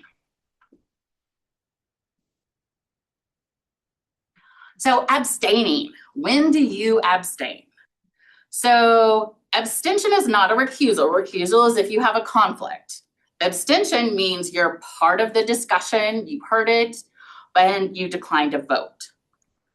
If you have a conflict that arises during the deliberation, then you should recuse during the deliberation if something comes up, not abstain. Really, the only time to abstain is if you missed something key. If you arrived late, if you had a personal emergency and had to step outside to take a call, and so you missed part of the presentation or part of the deliberation, that's the time to recuse. That is the time to abstain. And if you abstain, you need to state that on the record so that people know, like, okay, I'm abstaining because I arrived late, I didn't hear the full presentation. So you shouldn't abstain because you're unclear on what's being proposed. If you're unclear, that's either, should either be continuing it till you get more information or denying it because, it doesn't make its case. Same thing if the applicant hasn't convinced you, that's just a denial. If you disagree with the guideline, nope, because as a commissioner, you're supposed to uphold the laws of Landmark. So not a reason to abstain. You don't want to be the deciding vote. Sometimes that's just a difficult role that people get put in. That's part of your responsibilities as a commissioner. Or you're trying to avoid a split vote. It's fine. We're going to have dissenting opinions as long as everyone has stated their justification for them. That's a healthy commission that sometimes disagrees. So always keep in mind that the commission is the public face of preservation for many in Denver. This is the first time that many people will have contact with either city government or Landmark. So we want to make it open and approachable. So be conscious of your tone, body language, facial expression, listen attentively. The worst thing is if, you're down there typing the whole time and the applicant is like, are they even listening to me? And make sure you speak up and speak clearly. This is particularly vital now that so many of our meeting, all the hybrid setup, we want to make sure that everyone can hear. So perception is really key. It doesn't matter so much, are we being fair? It matters, does the public think that the commission is being fair? So for a lot of people, that one hearing they go to, that will be their entire impression of how historic preservation works in Denver. And whether or not they think that historic preservation is reasonable or historic preservation is crazy and really unreasonable. So the public is looking at, did the commissioners appear prepared? Did they treat cases similarly? Did they follow, the guidelines? Was the applicant treated with courtesy? And could somebody in the audience easily follow why you made the decision you did? So anyone who's watching should be able to get, yep, okay, I understand how they came to that. So things like, I don't agree with the guideline, that undermines authority. I don't know why this even requires review. These guidelines are outdated. They didn't know they needed a permit, let's just let it go. Or it's already done, it may not be the guidelines, but it's wasteful to tear it out. All those things undercut both your authority, the authority of, Denver permitting and the city, and they also give a message to other people watching. Oh, well, if I want to do something, I don't need to apply. I'll just come back, do it, and then beg forgiveness later, and they'll let it go. So, takeaway. Remember that you are a creature of ordinance. So your authority is exactly as broad as the ordinance says. Be sure you know at any time which hat you're wearing. Are you in your legislative role or are you in your quasi-judicial role? Speaking guidelines rather than preferences. Review the application and not the applicant. Disclose and recuse when you need to. Vote. And decisions really live or die on the record. If something gets appealed, it will be whether or not the record is clear, whether or not, we clearly, state the guidelines were clearly stated, all the evidence was presented. So they're not going to decide a case, based on, the judge isn't going to be like, oh, I like that info or I don't like that info. It will just be, did the commission follow its process? I have a question. Mm-hmm. So, a couple of your slides talked about treat similar properties the same. And then like your last one was, the public could ask questions like, did the commission treat similar projects similarly? And so those two kind of evoked, I feel like this comes up a number of times in our meetings of not setting precedents. So can you just touch on like the difference between? Yeah, so precedent is really if because you did it once, you feel like you have to keep doing it. You approved this roofing material and you feel like even though you've gone out and looked at it and you don't think the roofing material maybe was quite what you thought it was gonna be, you feel like, well, because we approved it once, we have to keep approving it. Whereas treating things similarly would just be like, oh, well, we've allowed this roofing material on other two-story Victorian houses. How well does it work on other two-story Victorian houses? So it may work there, but you get a one-story and you could be like, yeah, no, I think it worked when it wasn't as visible. This is a different, like this property isn't similar. This is why it doesn't meet this case. So it's just making sure that basically the difference between precedent and consistency. You just want to make sure like if the case is similar, if the properties are really similar, if there's not some different circumstance, you should expect that the outcome is going to be similar. But just because you did something once doesn't mean that has to always be the precedent and you're always going to take in those, unique circumstances. And if something really didn't work, you can say, hey, we reviewed it once, we've seen it in person, it didn't come out quite like we wanted. So I don't think we're gonna, we've decided we don't think it meets the guide. So now that we have an understanding of Preservation Commission's best practices, I'm going to bring it back to Denver and look at how that is reflected in our own framework. I'm going to start with our guiding documents. So our big guiding document is the Landmark Preservation Ordinance. And this is chapter 30 of the Denver Revised Municipal Code. So as Abby said, if you haven't read in a while, this is where you can find it.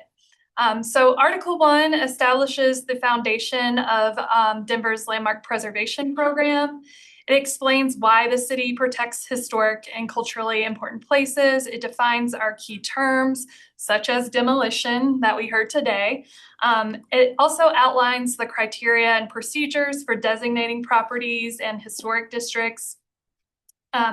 Section 30-6 specifically describes how Denver does design review and approves major changes to designated or historic properties. It requires the Landmark Preservation Commission to use the Secretary of Interior standards and also adopt local guidelines.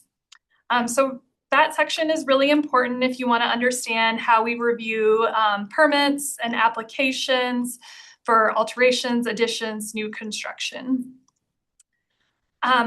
Article 2, which establishes the Landmark Preservation Commission, ensures that the commission is made up of qualified professionals with diverse expertise, nominated by trusted organizations. So our preservation partners, Planning Board, American Society of Landscape Architects, AIA as well, and then appointed by the mayor.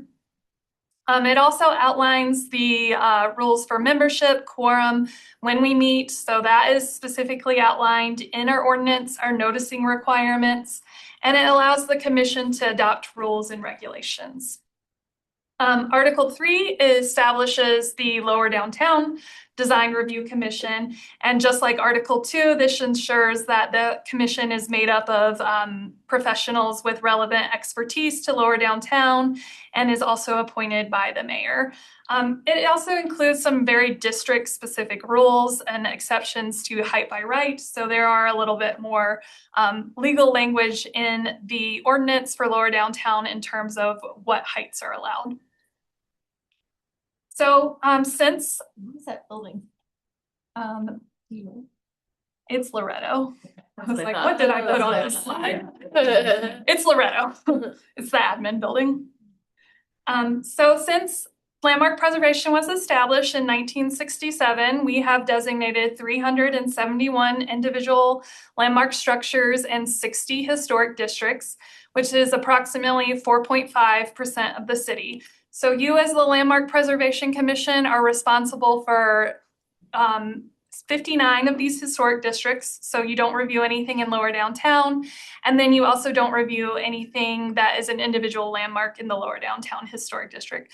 So you do have the bulk of the work here at the Landmark Preservation Commission. As mentioned, the basis for our design review is the Secretary of Interior standards for rehabilitation, and then our design guidelines for Denver landmark structures and districts. So the standards are 10 principles that guide how historic buildings should be repaired or adapted. And our guidelines create a framework to preserve Denver's landmark structures and historic districts.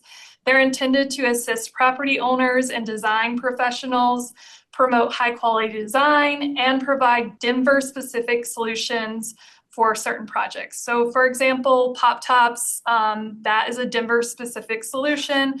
Our design guidelines we just recently adopted relating to windows that might not exactly align with what the Secretary of Interior standards would like to see for windows. So the general guidelines apply to all designated landmarks in historic districts, but as y'all know, some districts also have supplemental district-specific guidelines that provide additional context. But anytime you can't find what you need in that specific district-specific guideline, you can always defer to the general guidelines. So these apply to all of our historic districts. So what the commission reviews is defined on page 10 of the design guidelines.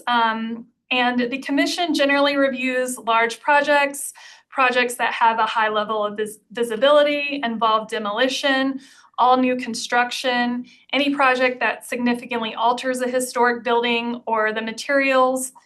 You review all city-owned and DPS properties, so Denver Public School, that do not meet the design guidelines. And any authority that we as staff have to review projects is delegated specifically from you as the commission. So that is an authority you have given us as staff. So as Abby mentioned, we do have intent statements and guidelines. So the intent statements establish the goals to be achieved through the guidelines. They really explain the why behind the guidelines. And while the guidelines explain the how, together they are intended to provide flexibility to evaluate projects while ensuring they meet the preservation goal of the commission. So I know we don't often reference the intent statements in our staff reports, but they are always at the beginning of each section in our new layout. So anytime you are like, I'm really struggling with this guideline, I would encourage you to look at the intent statements because they are the why, and then the guidelines are the how. So as I mentioned, the ordinance allows us to adopt rules and regulations, and we have adopted rules and regulations that establish the procedure for reviewing new construction and affordable housing projects within the city of Denver. So that establishes our two-step review process and our expedited review process for affordable housing. They also establish how the Commission will coordinate with registered neighborhood organizations. So that's our RNOs who participate in our design review process. These rules are supplemental to the ordinance, and they are intended to ensure fair, consistent, and transparent review process. So that is our rules and regulations. And per our rules and regulations, we do refer two project types that come before the commission to the RNOs. And those two project types are prop top additions and new infill construction. So if you are an RNO who have indicated you want to participate in our design review process, before we consider your application complete for pop tops or new infill construction, we do require a 3-week RNO referral process. Any comments that are provided during this process are advisory to the commission. They are not the approving authority. That authority still remains with you as the commission.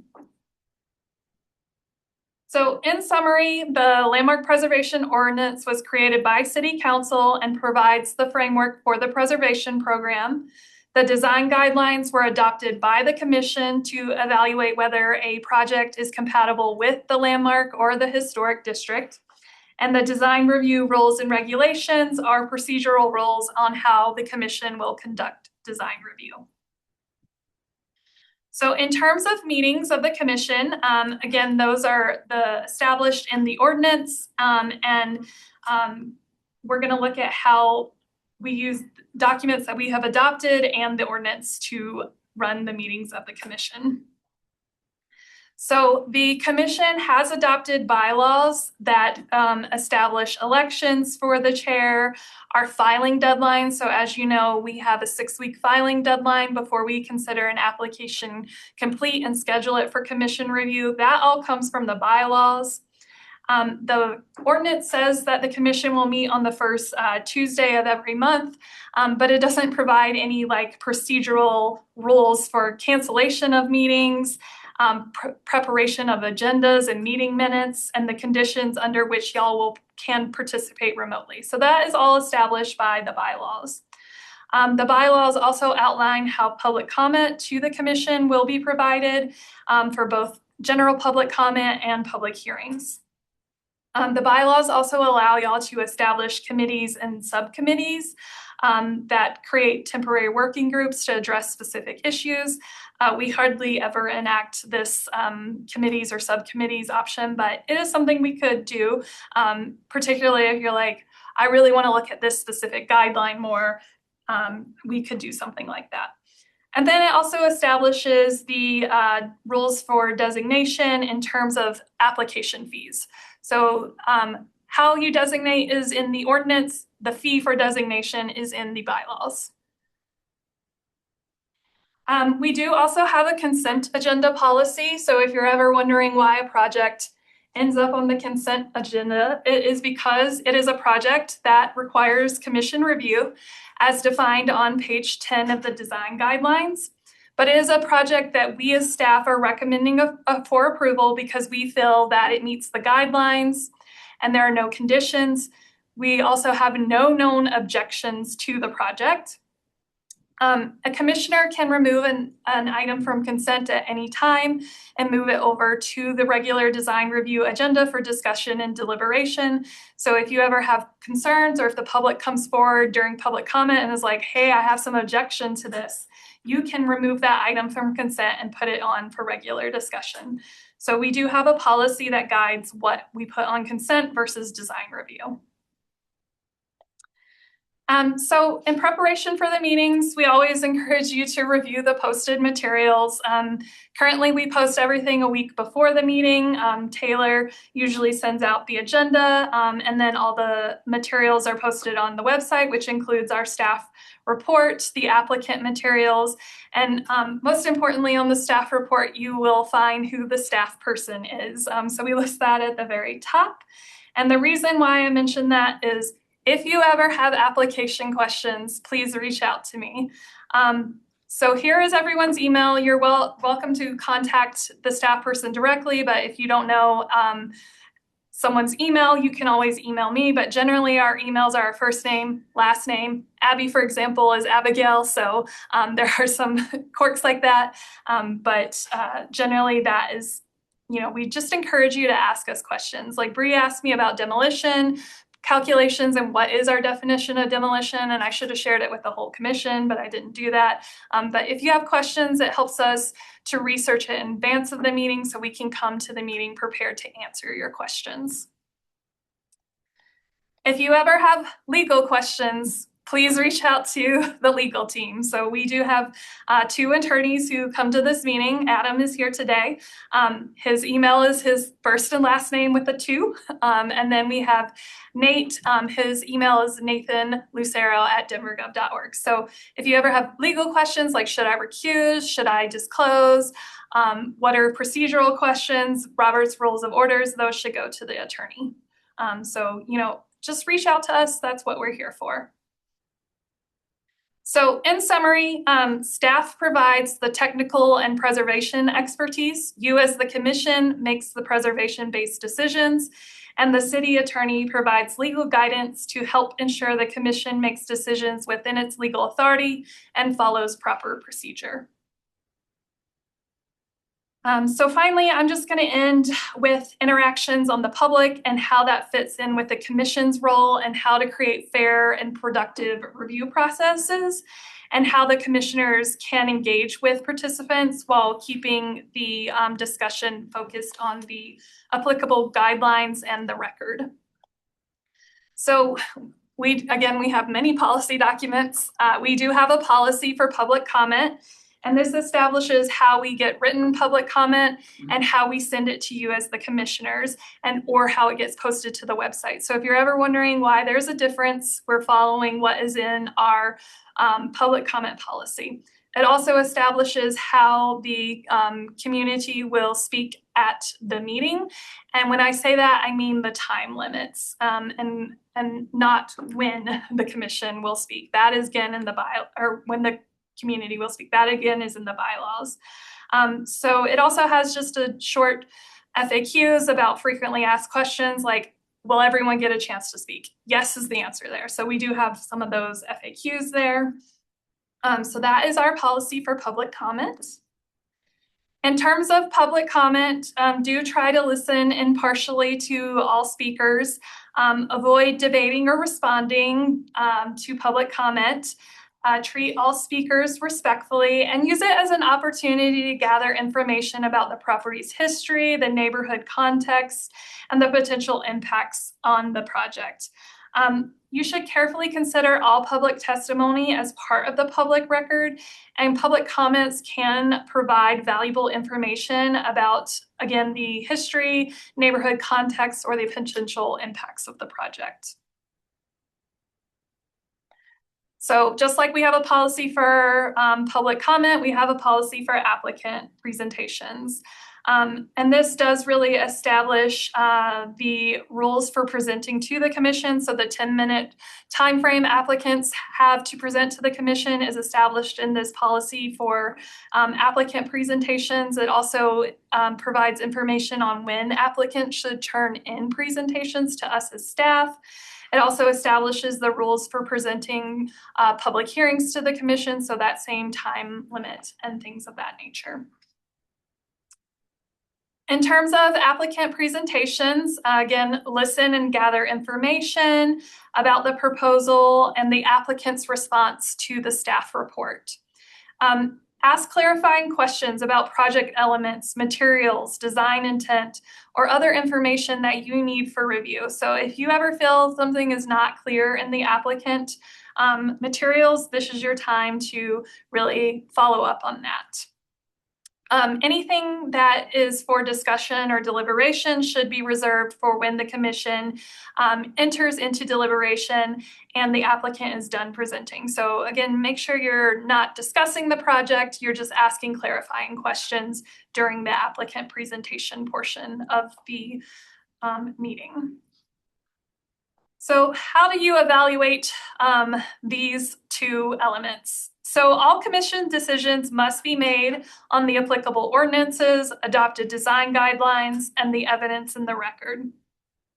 During deliberations, commissioners should identify and reference applicable guidelines and clearly explain how the evidence presented supports your decisions.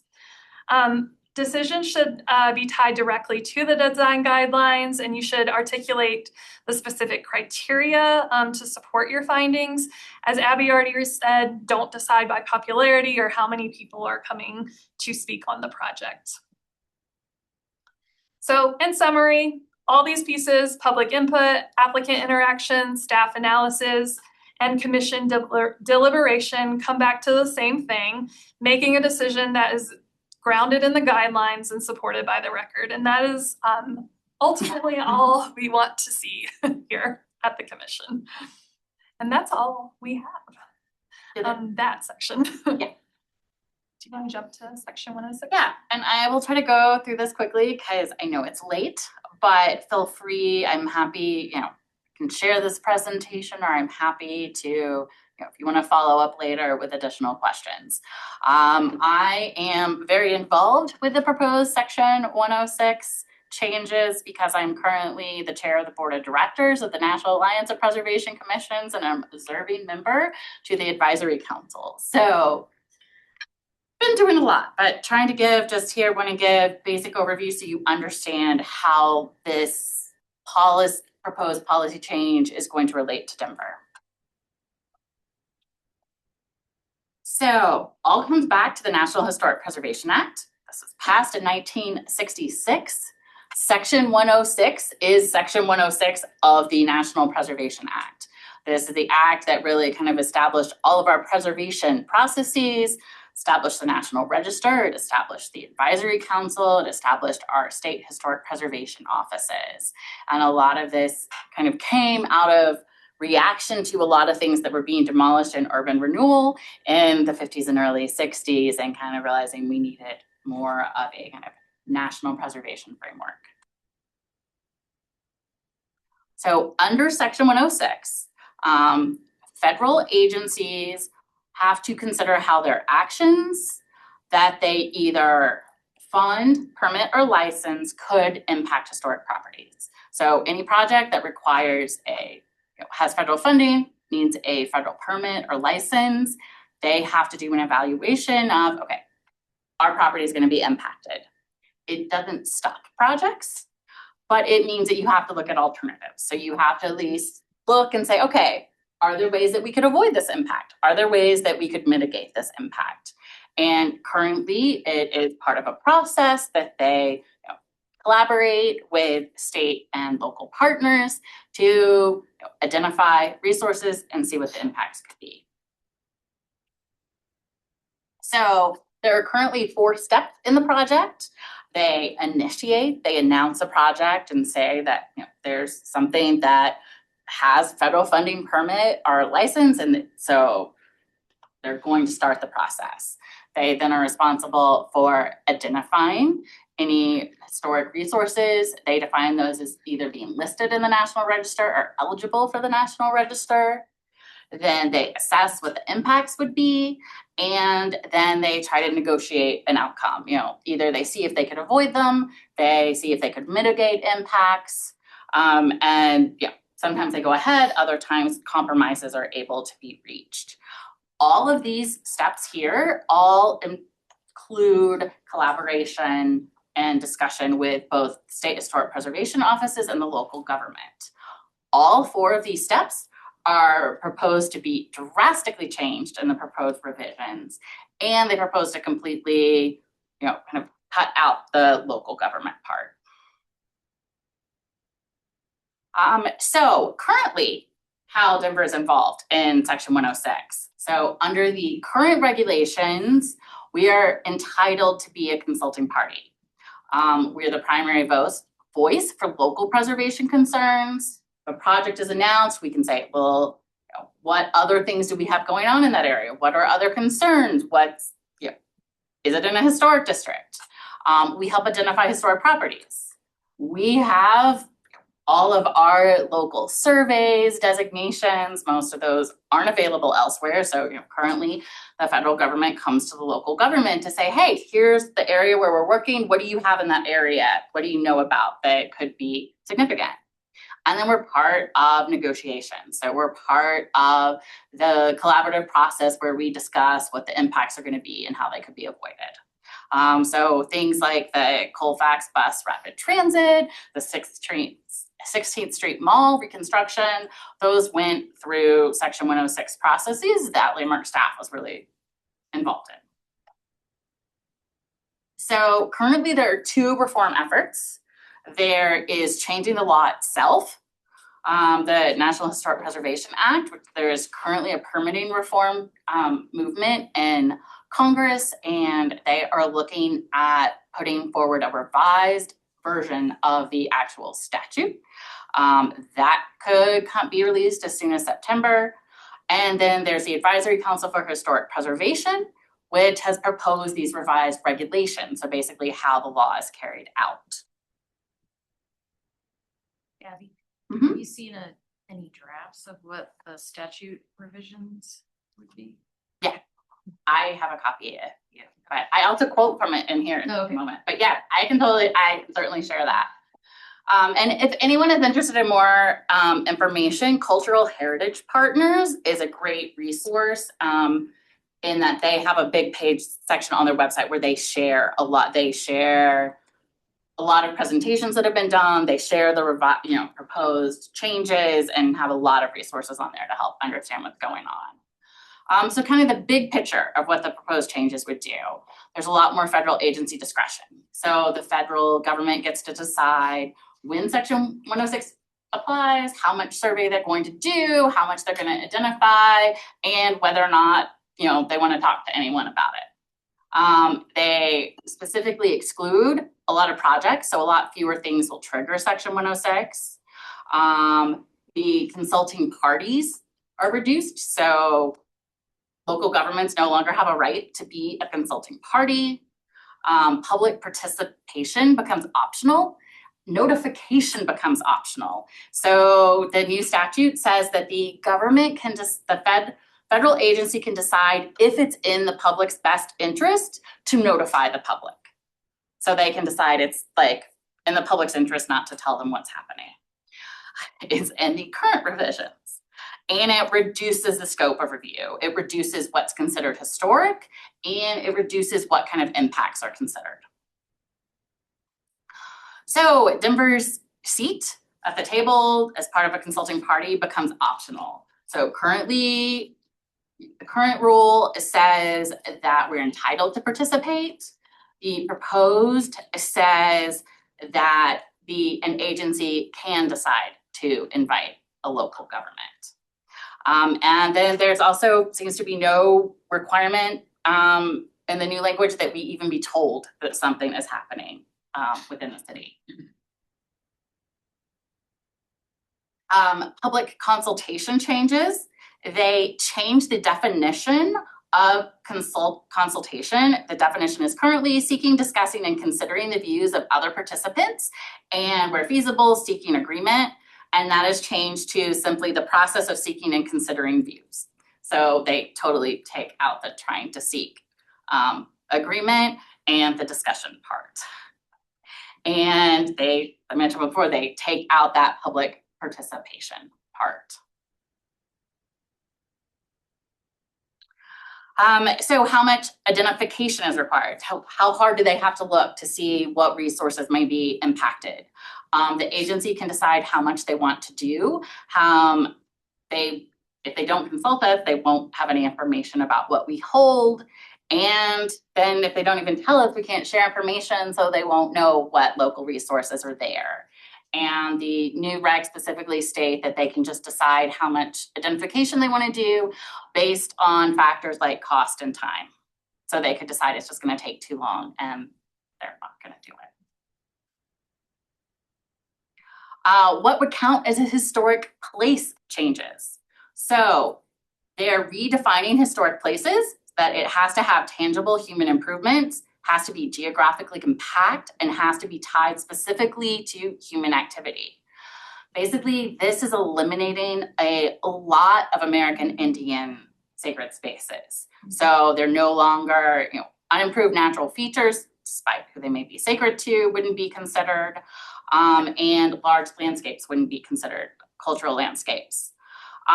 One thing that is kind of up for debate, that because they say it has to be geographically compact, there's a question, well, would they then say something like a large historic district that they don't have to consider because it's not geographically compact? And they're no longer looking at visual impacts, they're only looking at physical impacts. So they could decide, you know, views within a historic district don't matter. So something there, so what counts as harm or negative impact is reduced. So they remove any indirect or cumulative impacts. So they remove things like visual impact, like that you're gonna see it, atmospheric or audible. You know, a lot of times in the past, if it's a new road, they might look at things like, okay, what's the sound gonna be? None of that is relevant anymore. It is only going to be the physical impact on a property itself, not any of the kind of larger setting impacts.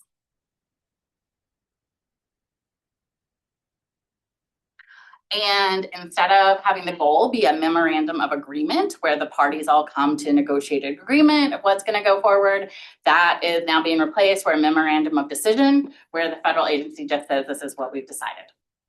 And they specifically say that anything that is left unaddressed in their report is presumed to be intentional based on the agency's judgment that such considerations are comparatively unimportant or frivolous.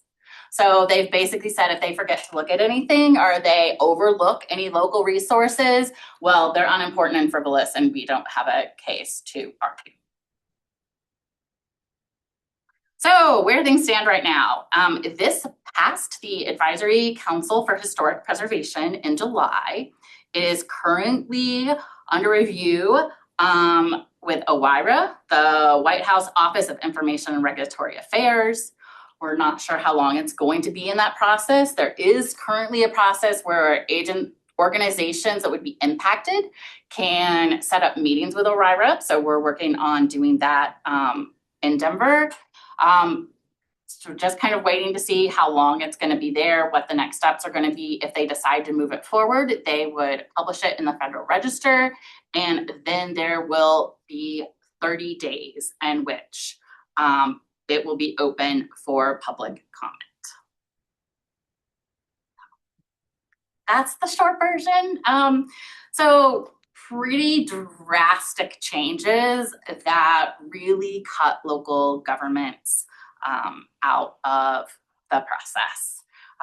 So encourage you to just, you know, kind of stay updated. We'll let you know when it comes out for review. And certainly individually, you could all as individuals make comments on the draft when, or the proposed rules when they're released to the Federal Register.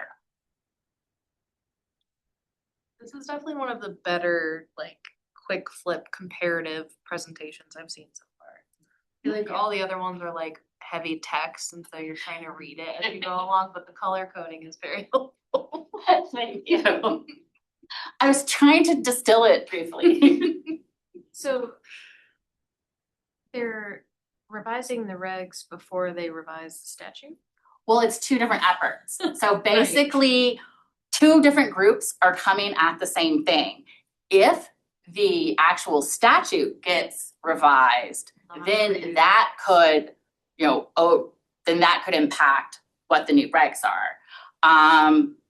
Because so it just kind of, yeah, there's these two opposing courses both going through. But yes, the regs are supposed to match the statute. At the moment, a lot of, you know, discussion of legal challenges is based on the fact that people don't feel that these proposed regulations meet the statute. But if the statute is changed, then that could be a different. So, a lot of efforts to reach out to both, you know, members of Congress and to, you know, start thinking about comment letters for when the Federal Register period opens. Yeah. You can send this to us or post it or? Yeah, I can certainly send it out. Yeah, I was gonna say, I would encourage staff to share, especially in your position, this information with, you know, the commission, and we can share it with whoever the hell we want to share it with. But there's other resources out there that we've shared internally that are really helpful about, you know, actions if you feel like this is not in your best interest. actions that you can do and take and things like that, that I would encourage you guys to share with as many people as humanly possible. Yes, and actually today we were just at city council committee, and city council is gonna be bringing forward a proclamation against this. And we've also been talking to the mayor's office too. So we're trying to work all the kind of. Yeah, I don't know if there's any kind of like, you know, you have the City of Denver website as well. I don't know if there's any avenue. I know we're gonna have something in the new landmark newsletter that comes out. But yeah, I can certainly send this out and send a link to some of the other good resources where you can find information online, and we'll certainly, immediately update you when things change. Yeah, I don't think the public is aware of what's going on. There was an article in the Times like last week about it, which was just a small kind of article. Yeah, I heard that the Colorado Sun did an article today. Yeah. But I haven't had a chance to look at it yet. Which is just funny because that all feels too late. It was like the end of July when everyone was able to make comment and like send notifications. No, there wasn't any opportunity for comment. Well, sorry, I meant more of like when there was the big push to like reach out to legislators and representatives and write. But it's still, now like Congress is currently on recess, so it's a great time to reach out about what's coming forward when they go back. Jen has. So Jen from the Landmark staff for the record. We are able to request a meeting with OIRA, the Office of Information and Regulatory Affairs, something like that. I think so. And I did so yesterday, and while you all cannot necessarily do that as a commission, we're doing that on behalf of the commission, but it said that people could sign up as a representing themselves. So putting that out there, if anyone wants to represent themselves, that is allowed. I know Abby said that organizations can request it, but it can also be individuals. My husband joked he was just gonna sign up. We have different last names. He's not, for the record. Maybe sure. Felt like a conflict.